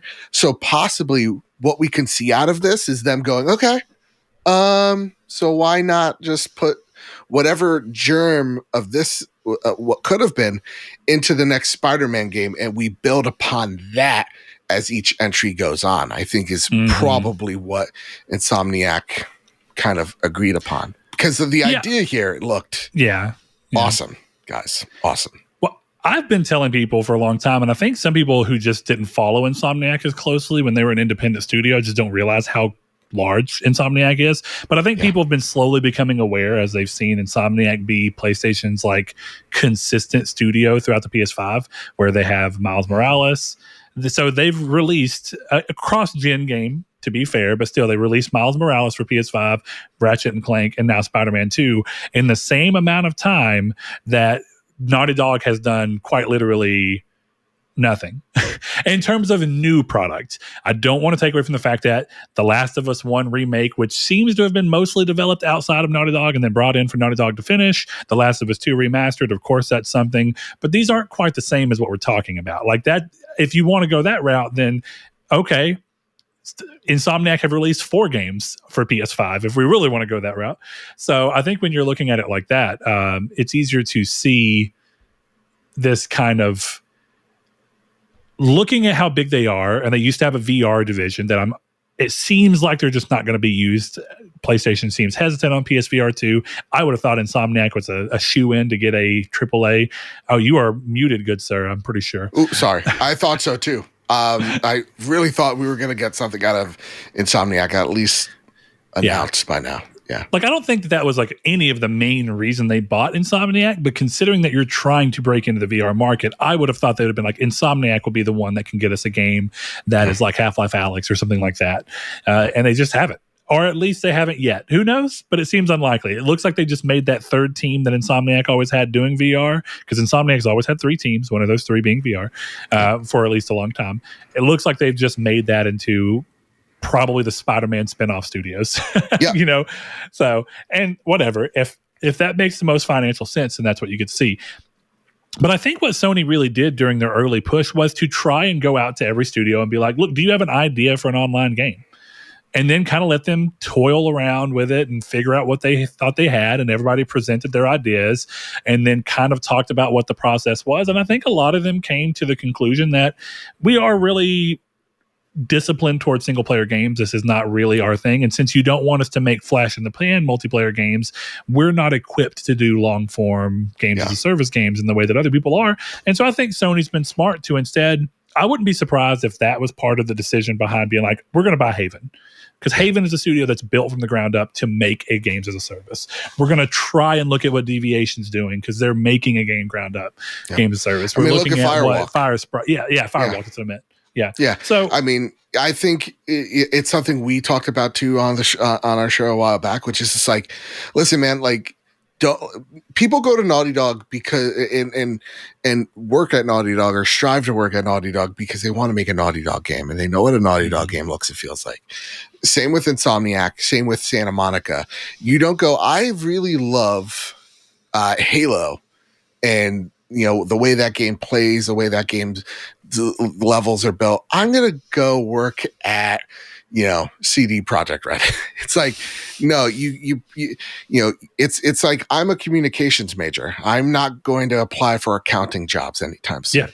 So when it comes to people that are looking for work in the games field and are striving for a target to hit, they usually have that target mapped out. So you're right. You know, a lot of these people trying to be retooled into a way of thinking that they're not accustomed to, and then having people then hired onto the team that are multiplayer centered folks, it makes sense as to why these things kind of got axed, and the reason as to why you're seeing PlayStation invest in things like NCSoft, right? You're seeing them invest in... Huge deal. Makes tons of sense. Why make one of your own studios develop an MMO or even anything like it, or when you can go... And look, some people were like, why would they do that? And I heard a lot of people being like, why would they go to NCSoft? And I look at you, Dad, look, I'm looking at you through the camera right now. Do you not know that there is a reason that Nintendo no longer in-house develops Smash Bros. And hasn't in 2 games? Because Bandai Namco does a better job, which is being real. That's what it is. They make those type of games. That studio knows how to make those type of games. And that series has never been bigger than when the first time they did it, which was the 3DS Wii one. And then they went on to make Super Smash Bros. Ultimate. And it's worked out for them. PlayStation would be smarter used instead of trying to shoehorn something onto their developers to go, hey, if someone else can make this. And we're seeing that firsthand. Like, look at the PlayStation mobile side, right? I think they're, is it, Studio Koi or whatever? Like, they've had massive turnover of just talent there in terms of like founders just up and leaving. Like, look at Deviation Games. It's easier to say, hey, listen, this isn't working and this is a tax write-off for us, and goodbye. And then also partnering with someone like an NCSoft, and who knows what happens if that deal goes really well for both of those companies. The alliance, thickens, or one absorbs the other, or they just keep on making a whole bunch of money together. I think it's a lower risk and still a high-ish reward by going to someone that has the expertise to do it. Arrowhead is a weird example of exactly this. The reality of it is that PlayStation was able to probably, and this is why I don't think Bungie or anybody came in to overlook Helldivers 2, because it's an exclusive. Yeah, but since it's a partnered game and it's just Sony being like, we're paying you to make this game, this is the amount that we're telling you to make it for, this is what you're going to make it for. We may approve more if we see something promising that feels like it's worth it. But the difference is that PlayStation is not responsible for Arrowhead staying open. Yeah. PlayStation is responsible for Naughty Dog and all these other studios staying open. And so this becomes a thing where I think if PlayStation's looking at where their money would be best spent, even though they spent a lot of money trying to figure out whether or not Naughty Dog could make a game like this, and probably spent a decent chunk to figure out if Insomniac could make a game like this, they started to realize it's easier if we outsource this, go to NCSoft. If this game doesn't do well, all it was the money we spent to NCSoft, not a studio that we brought in and purchased in order to do this. Now, that's a little bit belied by the fact that they've bought Haven and Firewalk, but I think that says more about how impressed they are about what they see at those two studios, and they're still being smart with their other moves to say, maybe Horizon would make a good MMO, so let's let NCSoft do it. Yeah. Maybe Helldivers can be a cool multiplayer flash in the pan. Oh, look, we let Arrowhead do it. Turns out this might be one of our best games as a service games that we have out. Yeah. And I think that's the better way to go. And I really think that relying on second party partnerships in order to better utilize some of your IP is going to net them not only better results, but it's also going to keep their main studios able to do what PlayStation's known for. So why slow Guerrilla down by trying to make an MMO when you can pay someone else to do it and they can start working on Horizon 3 or whatever it is they want to do next? So to me, I think you hit the nail on the head there. And I think that's what we're going to see. Spoiler alert for this week's trophy room, because we're going to talk a bit about this, of where we see the future of PlayStation headed. And it is this, first off, I think Hiroki Totoki is going to be the villain. I think you're going to see a lot of unpopular decisions made under his tutelage as we see Jim Ryan start to exit out. And then I think whoever comes back in has the vision of like, hey, let's keep these staple studios doing their stapley things, and let's bring in or create or partner with and see where it goes, hold the hands of, your ex-dev teams, and seeing what they cook up on the games and service side. The studios that have been born and bred to do this, let's focus on that end. And that's going to be more of the partnership side. So I think that's what we're going to see from Sony in the future. And again, what it sucks for Deviation, and it sucks for this Insomniac team here. But that's what happens when you're trying to take bets. At the end of the day, as a company, all you're doing is trying to make the smartest bet possible. And sometimes the bets don't pay off. So it sucks that this game could have been, but again, hopefully we see something of it in a future Spider-Man game. Joe, man, look, we made it through that densely packed news. This is probably one of the more dense weeks lately. So we've made it through, and now I have. We're going to clean up. So this is look. We reach out, we ask you guys for questions. So if you want to join us and be part of being able to be that, you can go find us on Twitter. Again, not X, Twitter, at Triangle SQRD. You can click the link down in the description below, whether you're watching on YouTube or listening to this on audio services. And that is to join our Discord, where you can hop in. We have sections for you to answer questions or to send out your questions, talk about what we talked about in the podcast, chat it up with us about movies, games, whatever it is. We love that. Or you can do what Jehudi MD here did and go over to patreon.com/Nartech and give as little as $1 per month to support the show. We are very grateful that we have a good chunk of you that do so. And he asked a question, and it didn't fit in anywhere else in the show, so we round those up, the ones that we have time for at the end. And I thought this one was interesting because it's just so... He's been giving us questions that aren't inherently about gaming. They're just kind of odd ones. And this one says, are you concerned about your privacy on the internet? Do you have ad blockers, VPN services on your computer right now? So let's dig a little deep into the psyche of Mr. Badbit here. How do you view your privacy on the internet? I'm such a basic bitch, man. I'm like incognito mode. No, I like. May have an ad blocker here or there. YouTube's getting it out of goddamn hand. So I mean, can you blame me? I don't think so. VPN, I tried once, and I got confused, and never again. So I'm not smart enough for any of these. I'm like a 7-year-old man inside of a 32-year-old body. So like for me, like no, that's above my pay grade. Am I concerned about? Am I concerned about my privacy on the internet?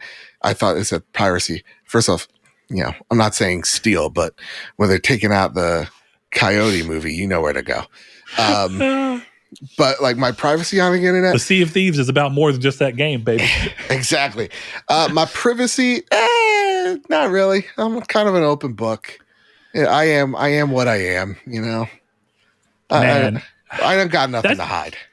That's the way I pretty much approach life. I'm very much this idea of like, I'll tell pretty much anybody anything, but I do want it to be on my terms. Like I'll talk to you about it, but I want it to be because you and I talked and you asked and I decided to answer. And I'll answer almost anything anyone tells me. I'll take a trophy. I do worry about. Go ahead. But it's like, it's like what I say. I'll try anything once. So like, God forbid, something. You see something you may have shouldn't have on one of my feeds. It's like, well. It is Lady Gaga, and I said she could step on me. What do you expect? It is what it is.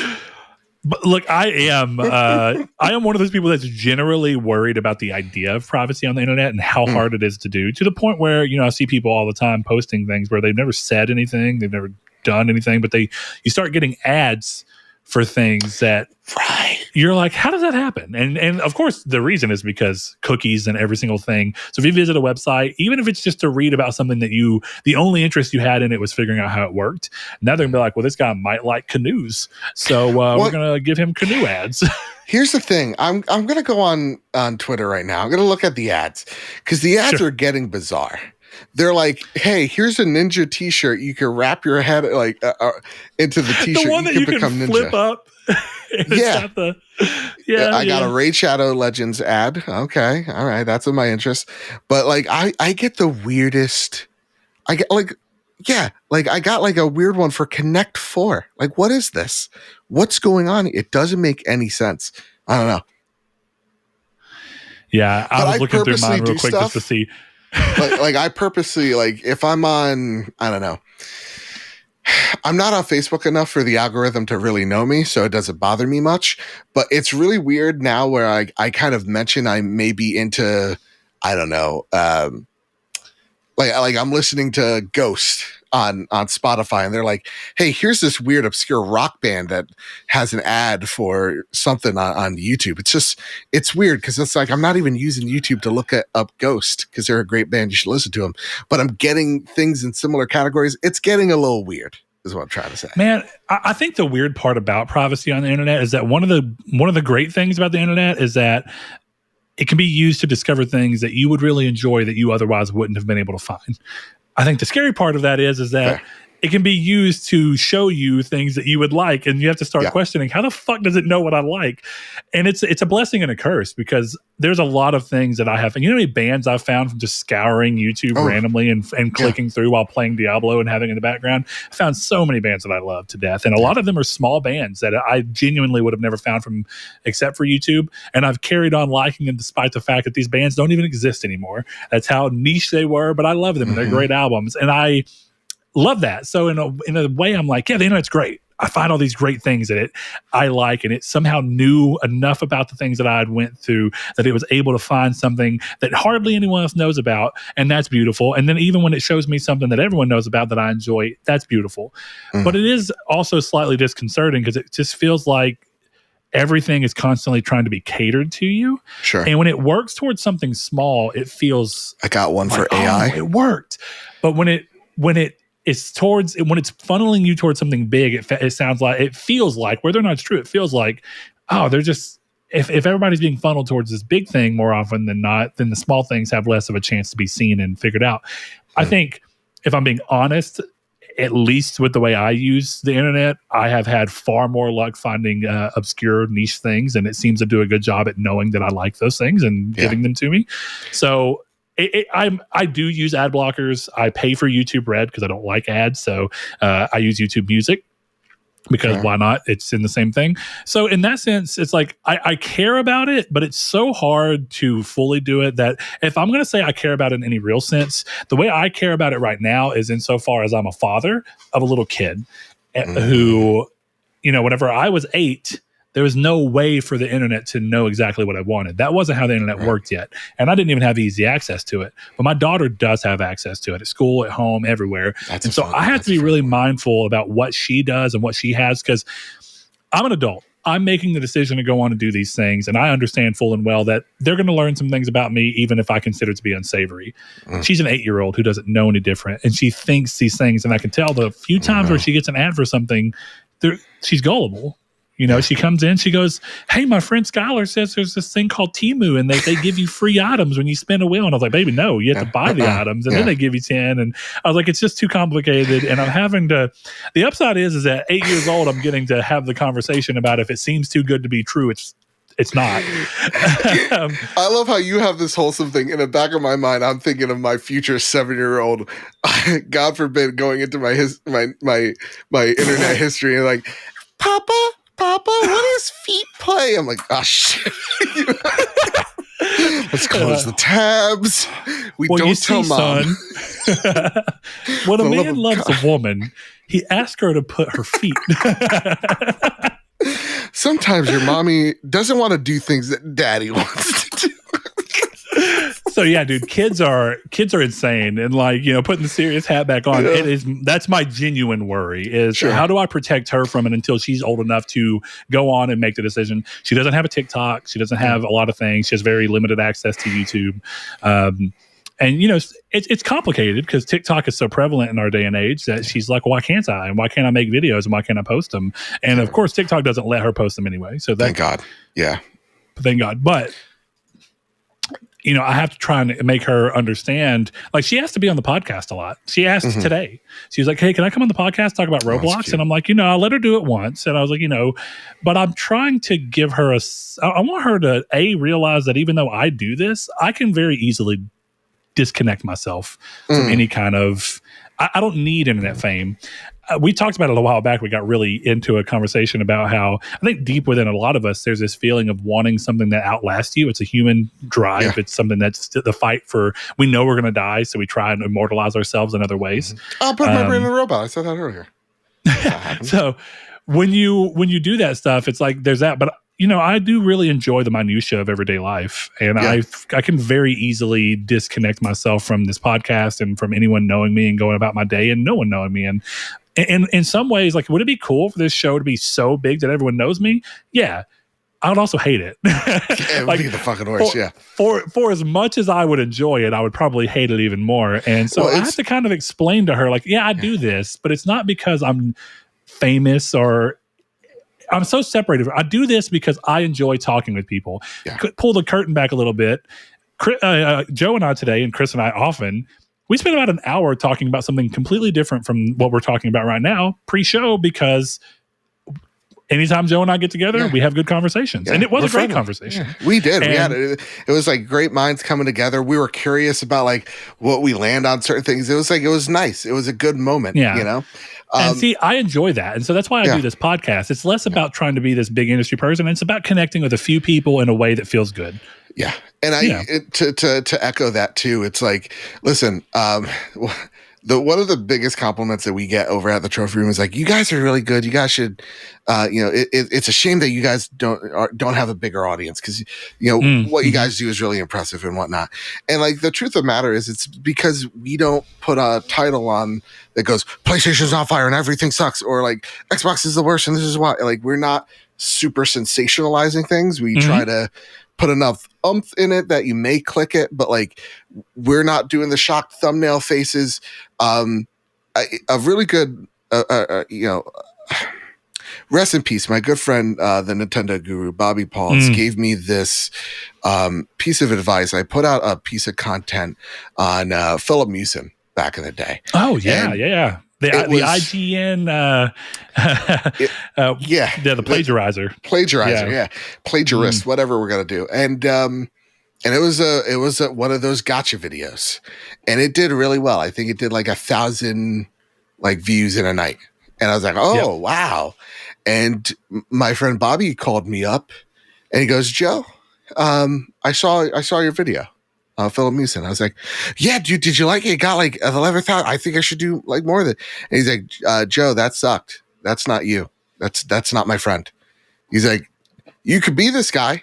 You can make the hit pieces or whatever, but people are gonna expect that from you from that point on. So it's like you're either this persona for the rest of it, or you go back to the way you were, because those were better videos.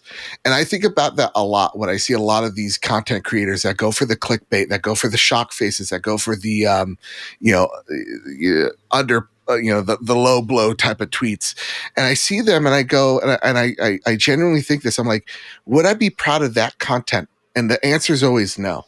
My pride is more valuable to me knowing that I'm putting out something that I did hard work on, that I was truthful, I was myself, that authenticity, than putting out content that is for console war bullshit. I'll leave that to people like Cold Eastwood. That's not me. Yeah, it's like that idea where it's, because I'm with you. It's like I put out music. We put out an album in 2020, December of 2020, for my little band Ebzidion. Weird name choice. Look, it all meant something to us, and that's the thing. Is like when I create and people talk about that, they're like, "Well, you could have gotten bigger," and I'm like, "Yeah, but I'm not very good at trying to sell myself. I just want to make the art, and I don't want it to be that someone likes me because I did a bunch of work to get them, to trick them into liking me. Yeah. I just wanted to put out something that at the end of the day, if it ever gets big, I know it's because I just did the thing I was always going to do." I also talked to Kyle about this. I was like, it's on our Patreon show that's going to go up hopefully tomorrow. It's like, I'm at this point where we've been doing this show for 6+ years now. And it's like, if this is the plateau of which we reach, man, that's good for me. Like, that's just good enough. Like, we've come to the conclusion PlayStation is never going to talk to us, and that's fine. Yeah, like it's cool. It is what it is, because like we got people like Savoy Prime, right? Like you got Jehudi giving you these cool curveball questions. It's like the people that come, they listen, they watch, however, and engage in your communities. That's what makes content creation awesome. It's not about getting rich quick. It's never, God, if you think it's that, sorry to tell you that, bud. But it's like, to me, it is like, it's awesome when we get DMs from folks in this industry of like going like, hey man, we really like your content. Thank you for doing, saying this. It's something I wish I could have said. There was one person that reached out to us that was just like, hey, I didn't get to catch your Game of the Year show. Could you put like the categories of which the game won? Could you timestamp them so I could show the team? And it's just like, yes. That's why we do it. It's like that type of DM is what I strive for. For the people that go outside of just the dev work going, hey, listen, this is a really dark time in my life. Your show gets me through it, is the reason why we create content. And it should be reason why you create content. It's because you're getting enjoyment out of it and you're benefiting someone else. I think there's like a feeling whenever you have a developer for a small game that you've been shouting out that you think you're screaming into a void, and then one of the developers reaches out and is like, thank you for shouting the game out. Like we had that happen with Ship of Fools. An incredible game, by the way. Very fun. And we were talking about how exciting it felt, or how exciting it looked, and how we were excited for it and everything. And then we got a DM from the person who was the director of the game being like, we're super small. We don't really expect much. So it was really cool to find somebody talking about our game. I was like, cool, thanks. It's a little flash in the pan. It's not like I didn't really push to get codes or anything off of them. I probably could have, but that's just, I was like, this is a nice DM. I'm gonna go on about my business, Yeah. And there's sometimes where we shoot our shot and it works, and it's awesome when it does, right? Yeah. That hopefully something cool happened this afternoon that hopefully that transpires into something. But just like even. It's the old Greg Miller adage, just go out there and make the thing. Just go out there, make the thing, and I will add, take your shot, shoot your shot. The worst thing that's going to happen is you miss. No one's going to boo that you tried. Because no one has the balls enough to fucking do it. Yeah. And that's the thing too. Don't put yourself up to any other person or whatever. We're all in this shit together. We're all, if you're a content creator out there, we're all doing this together. This is a team sport. It's not a competition. For those of whom who listen, like, you're the reason why we do this. Yeah, for sure. And we may not remember everyone's name. We may, butcher your name because I'm Jersey, it happens, but like, we appreciate all of y'all so much. So that's why we do it. I've long said I couldn't, I think this show would have died long ago if we started trying to pivot into being, clickbaity and having crazy wild opinions so we can get so we can get people in. Yeah. But I think also it would have died if we didn't have the handful of people. Because I'll tell you, the reason I still do this show, because I think if anybody's being real, when you do something like this, it's an inconvenience sometimes. If you're just being honest, sure. Sometimes you're like, I could be doing something else today. I'd rather.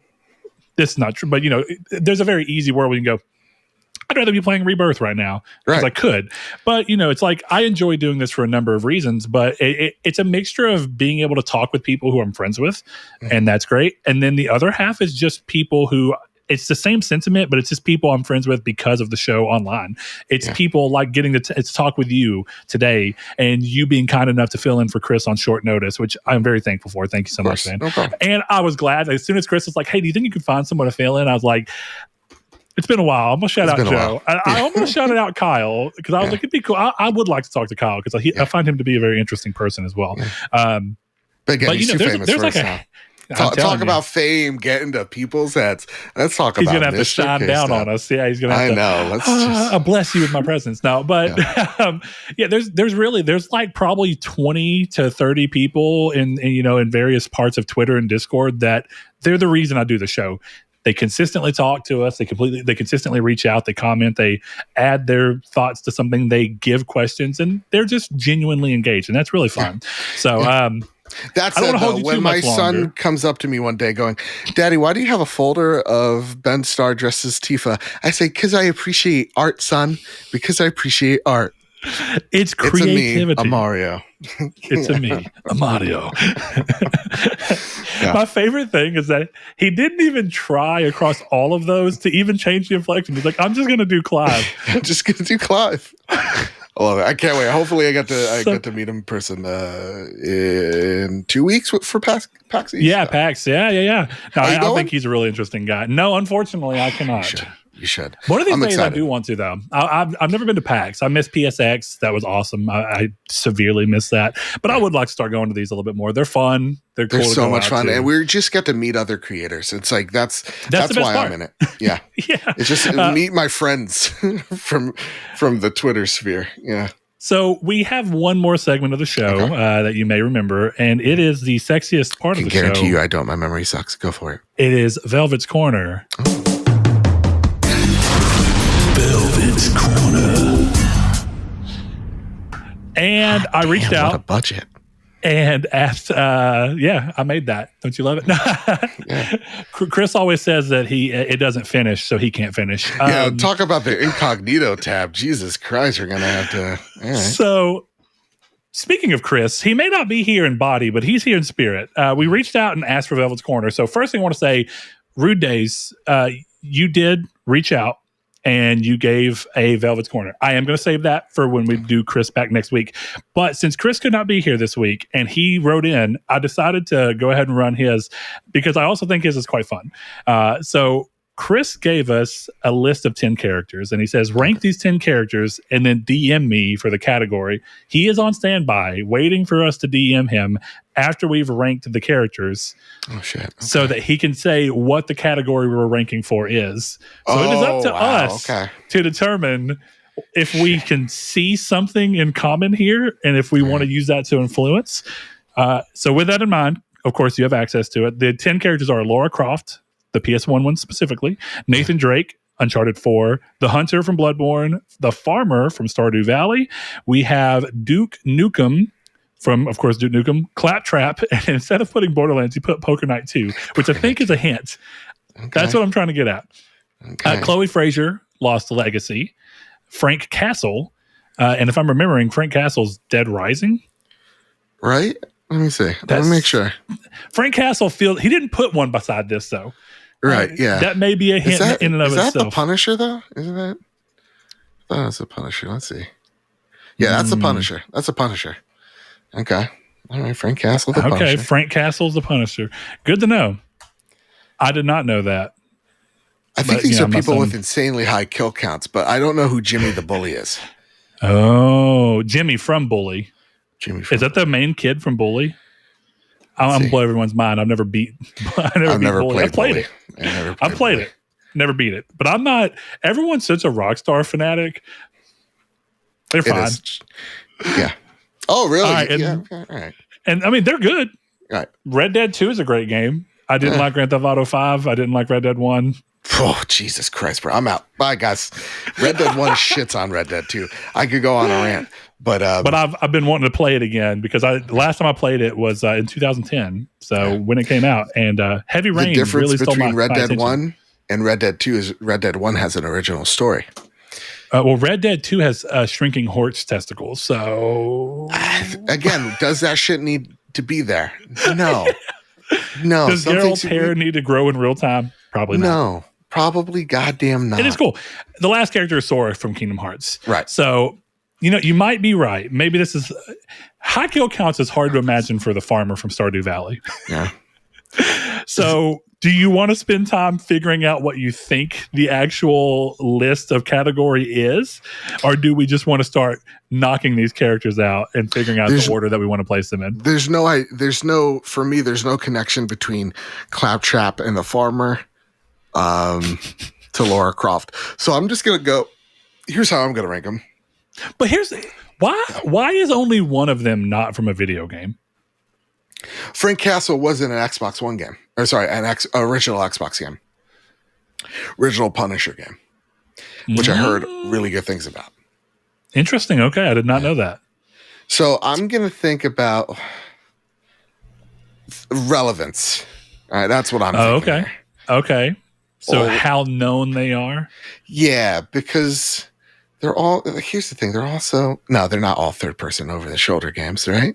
No. Poker Night 2 is specifically a poker game. Like, I know what it is. If I'm not mistaken, Poker Night 2 was a freaking Telltale game. And I think it's got like the dude from Valve's, what is that? Multiplayer game that was part of the orange box that I cannot think of the name of for some reason. Like Team Fortress?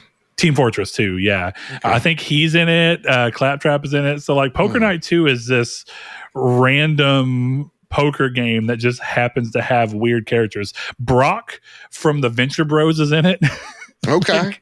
Yeah, that is fucking strange.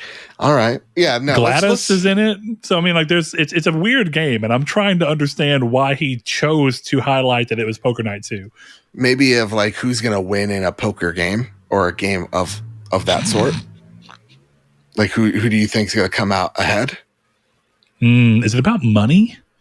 I don't know where Jimmy comes into that, because I'm thinking Kingdom Hearts, money is its form. Poker is about winning money. Lara Croft is a billionaire. Nathan Drake is a treasure hunter going after money. The farmer is selling all the crops he can get to make that money. Yeah. But Duke Nukem, he just wants to get laid. I mean, that's like his entire shtick. So Chloe Fraser, she's in it for money. That one checks out. Frank Castle, he had a tragic loss of his family, so but he's not in it for money. He's in it for not in it for money. He's in it for revenge. I don't think the kid from Bully's in it for money. No. I didn't beat Bully, so who knows? All right. Well, let's we got to start ranking these bad. Let's just figure it out. Let's get Jimmy out of the way. Let's get Jimmy out of the way. One Jimmy at number 10. Let's go. Yeah, okay. Let's just do that. We don't need him in our life anymore. All right. Who we doing number 9 here? All right. The next one, I got to put Duke Nukem. I think I have so many bad memories of Duke Nukem because I worked at GameStop. So, dude, I worked at GameStop during Duke Nukem forever. And let me tell you, those collector's editions are probably still on the shelf somewhere. God. Almost certainly.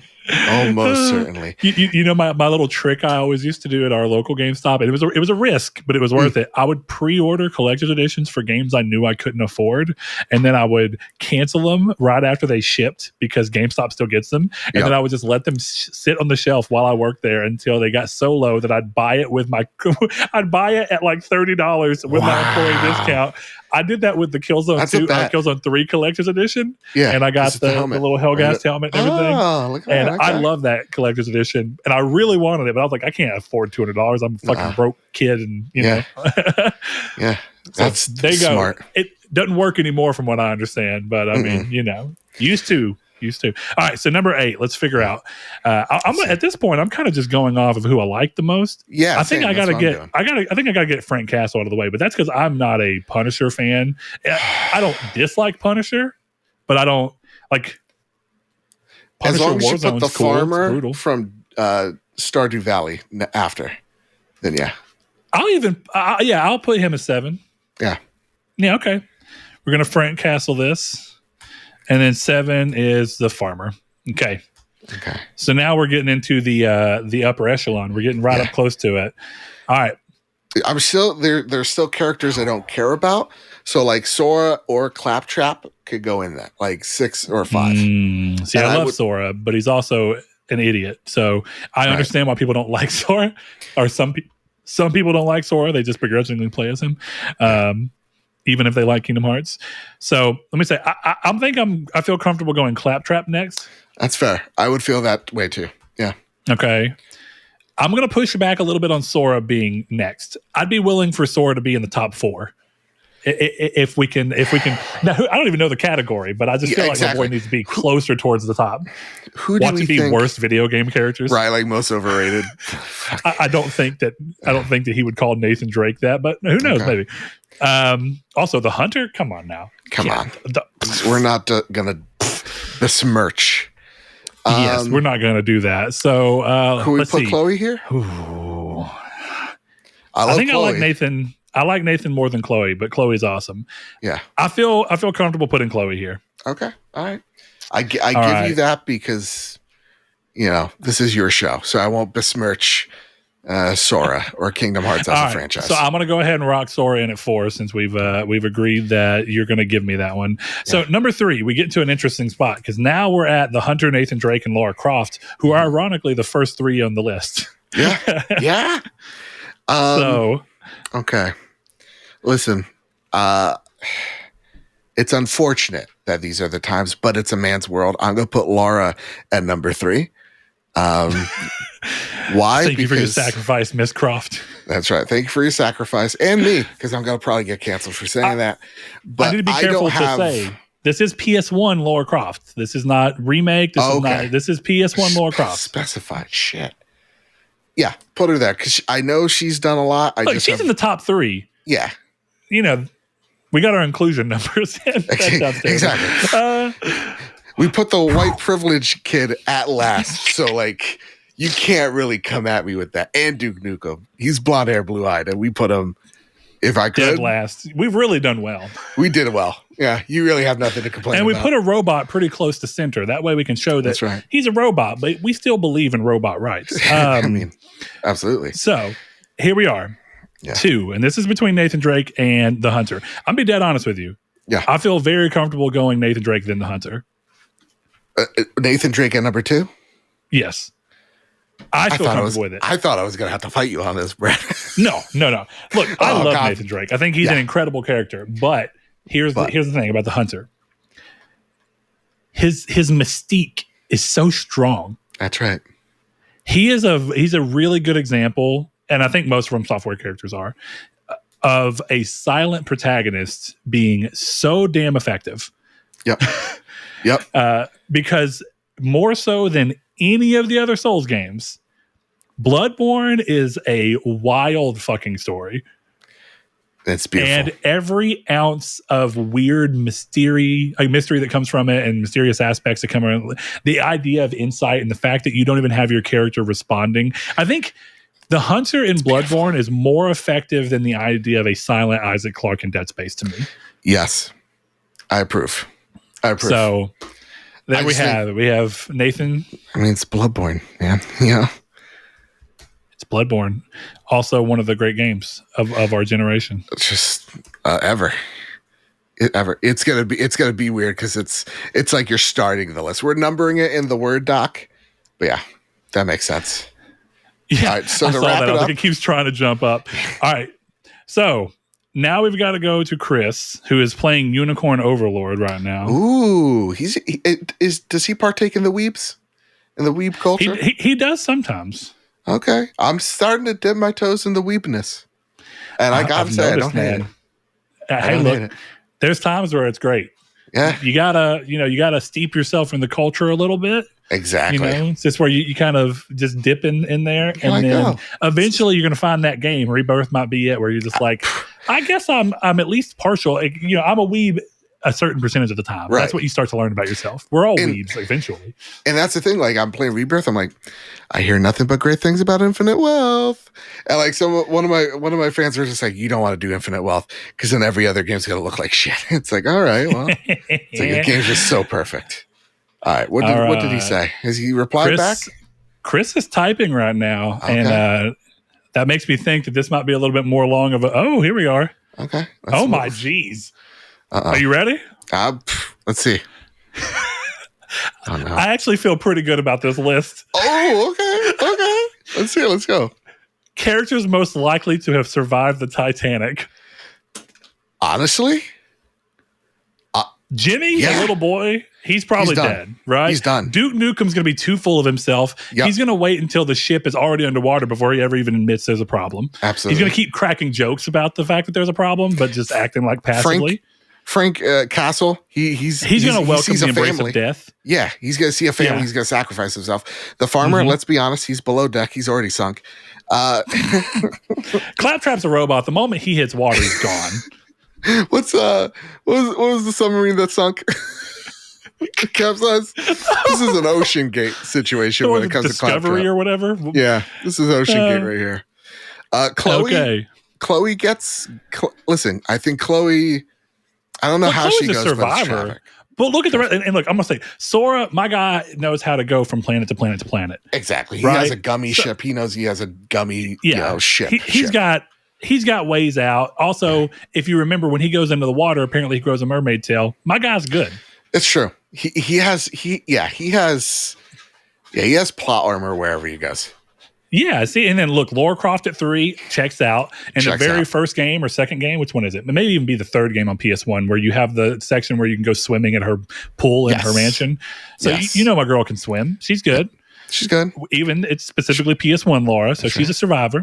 Nathan Drake. The nips are already pointed out. It's PS1 Polygon Lara. That's true. But see, does that help buoyancy or not? That's the real question. Would a shelf of boobs be better? Respectfully, yes, because it's kind of like the plank. If you want to think about that, yeah, it doesn't let any water in between them. Exactly. Yeah, it's just a shelf. Look, Nathan Drake makes sense. My guy survived an entire cruise ship wreck. And then the Hunter, it would just turn out that the entire Titanic was a dream. Yeah, and I mean, he actually killed the captain. He's woken up from worse, so he's got to live. He's got to live. The Hunter. Yeah, no, we've fought tougher bosses. Well, here's the question. No, see, and I feel comfortable with this because we're calling the Hunter is Rose, right? Right. Yeah. And look, Nathan Drake is a pretty good stand-in for DiCaprio. That's true. That's true. Well, it would have been really funny if we landed with Chloe and Drake. Like the Hunter's going to find a raft, and he's going to be welcomed by the doll. He's like, "Hello, good Hunter. I have enough room for this. You're the plank. How may I be of service?" Yeah. And hell, you could probably fashion the doll into some sort of flotation device. She lives to serve. We got this. Look, we figured it out. So there we are. I would have never guessed that category in a million years. So Chris, thank you for that wonderful, wonderful take in the Velvet's Corner. Velvet's Corner. So sexy. Hey, Joe. Yes. Thank you so much for joining me. I know we went a little bit over what we originally talked about, so hope it doesn't hit you too hard. It's fine. Remind everyone once more where they can go find your beautiful self so that they can hear more of your sultry voice. Well, let me tell you something. I think the standing worked until the very end. I think the last 20 minutes, I was like, okay. Starts catching up to you. Yeah, my heels, they're barking. That said, you can find me over at Mr. Badbit on Twitter. You can find the show over at PS Trophy Room on Twitter. You can find the show, The Trophy Room, a PlayStation podcast made by the players for the players, where each and every week me and my best friend Kyle talk about the latest, the greatest in all things PlayStation. We're going to talk about a lot that was talked about here, but we got some topics that are going to surprise you as well. So come on, drop by this week. Make sure you check out last week's show and the week before that. We have some cool guests coming on in that I can't wait to showcase for you all and to hear them talk about their games, all that type of stuff. If you're interested in those dev interviews, into those, type of PlayStation centric reviews, head on over to the Trophy Room of PlayStation podcast and, give us a watch and listen. If you like my voice here and if you like the vibe that Brett gives, we echo the same thing. We're a PlayStation podcast because we love the developers that make PlayStation games. We're not here to do the console war thing of why Xbox sucks or whatever. We love them all. We just focus on talking about PlayStation. So make sure you find the Trophy Room wherever you get your podcast service of choice, or watch us live 8 p.m. Eastern Standard on YouTube at PS. Plus, you get graced by the beautiful face of Kyle, whose stardom will shine upon you, and you will realize that you are lesser. With that in mind, we love you, Kyle. I joke. With that in mind, we always round the show off with usually a question for the community's take. And I think I'm actually going to bum your question and ask the question to our audience. Oh, and it gives them a reason to go check out what your episode's about too as well. What do you think about the future of PlayStation? Do you feel good about it? What do you expect that we'll see? Much like Joe asked, do you expect that we'll see PlayStation games hitting across the console aisle anytime soon? Or will we kind of see just a more tightly focused version of what we've been seeing them drift toward? With that in mind, you can answer that by going over to our Twitter at @TriangleSQRD, clicking the link down in the description below for the Discord so that you can join in there, talk to us. Or you can also go over to patreon.com/Nartech, like many of our listeners do, and give as little as $1 per month to keep this show afloat. We appreciate that we don't have to dig into our own pockets to do so. And so for those of you who do so, we shout your names out at the end of every single episode.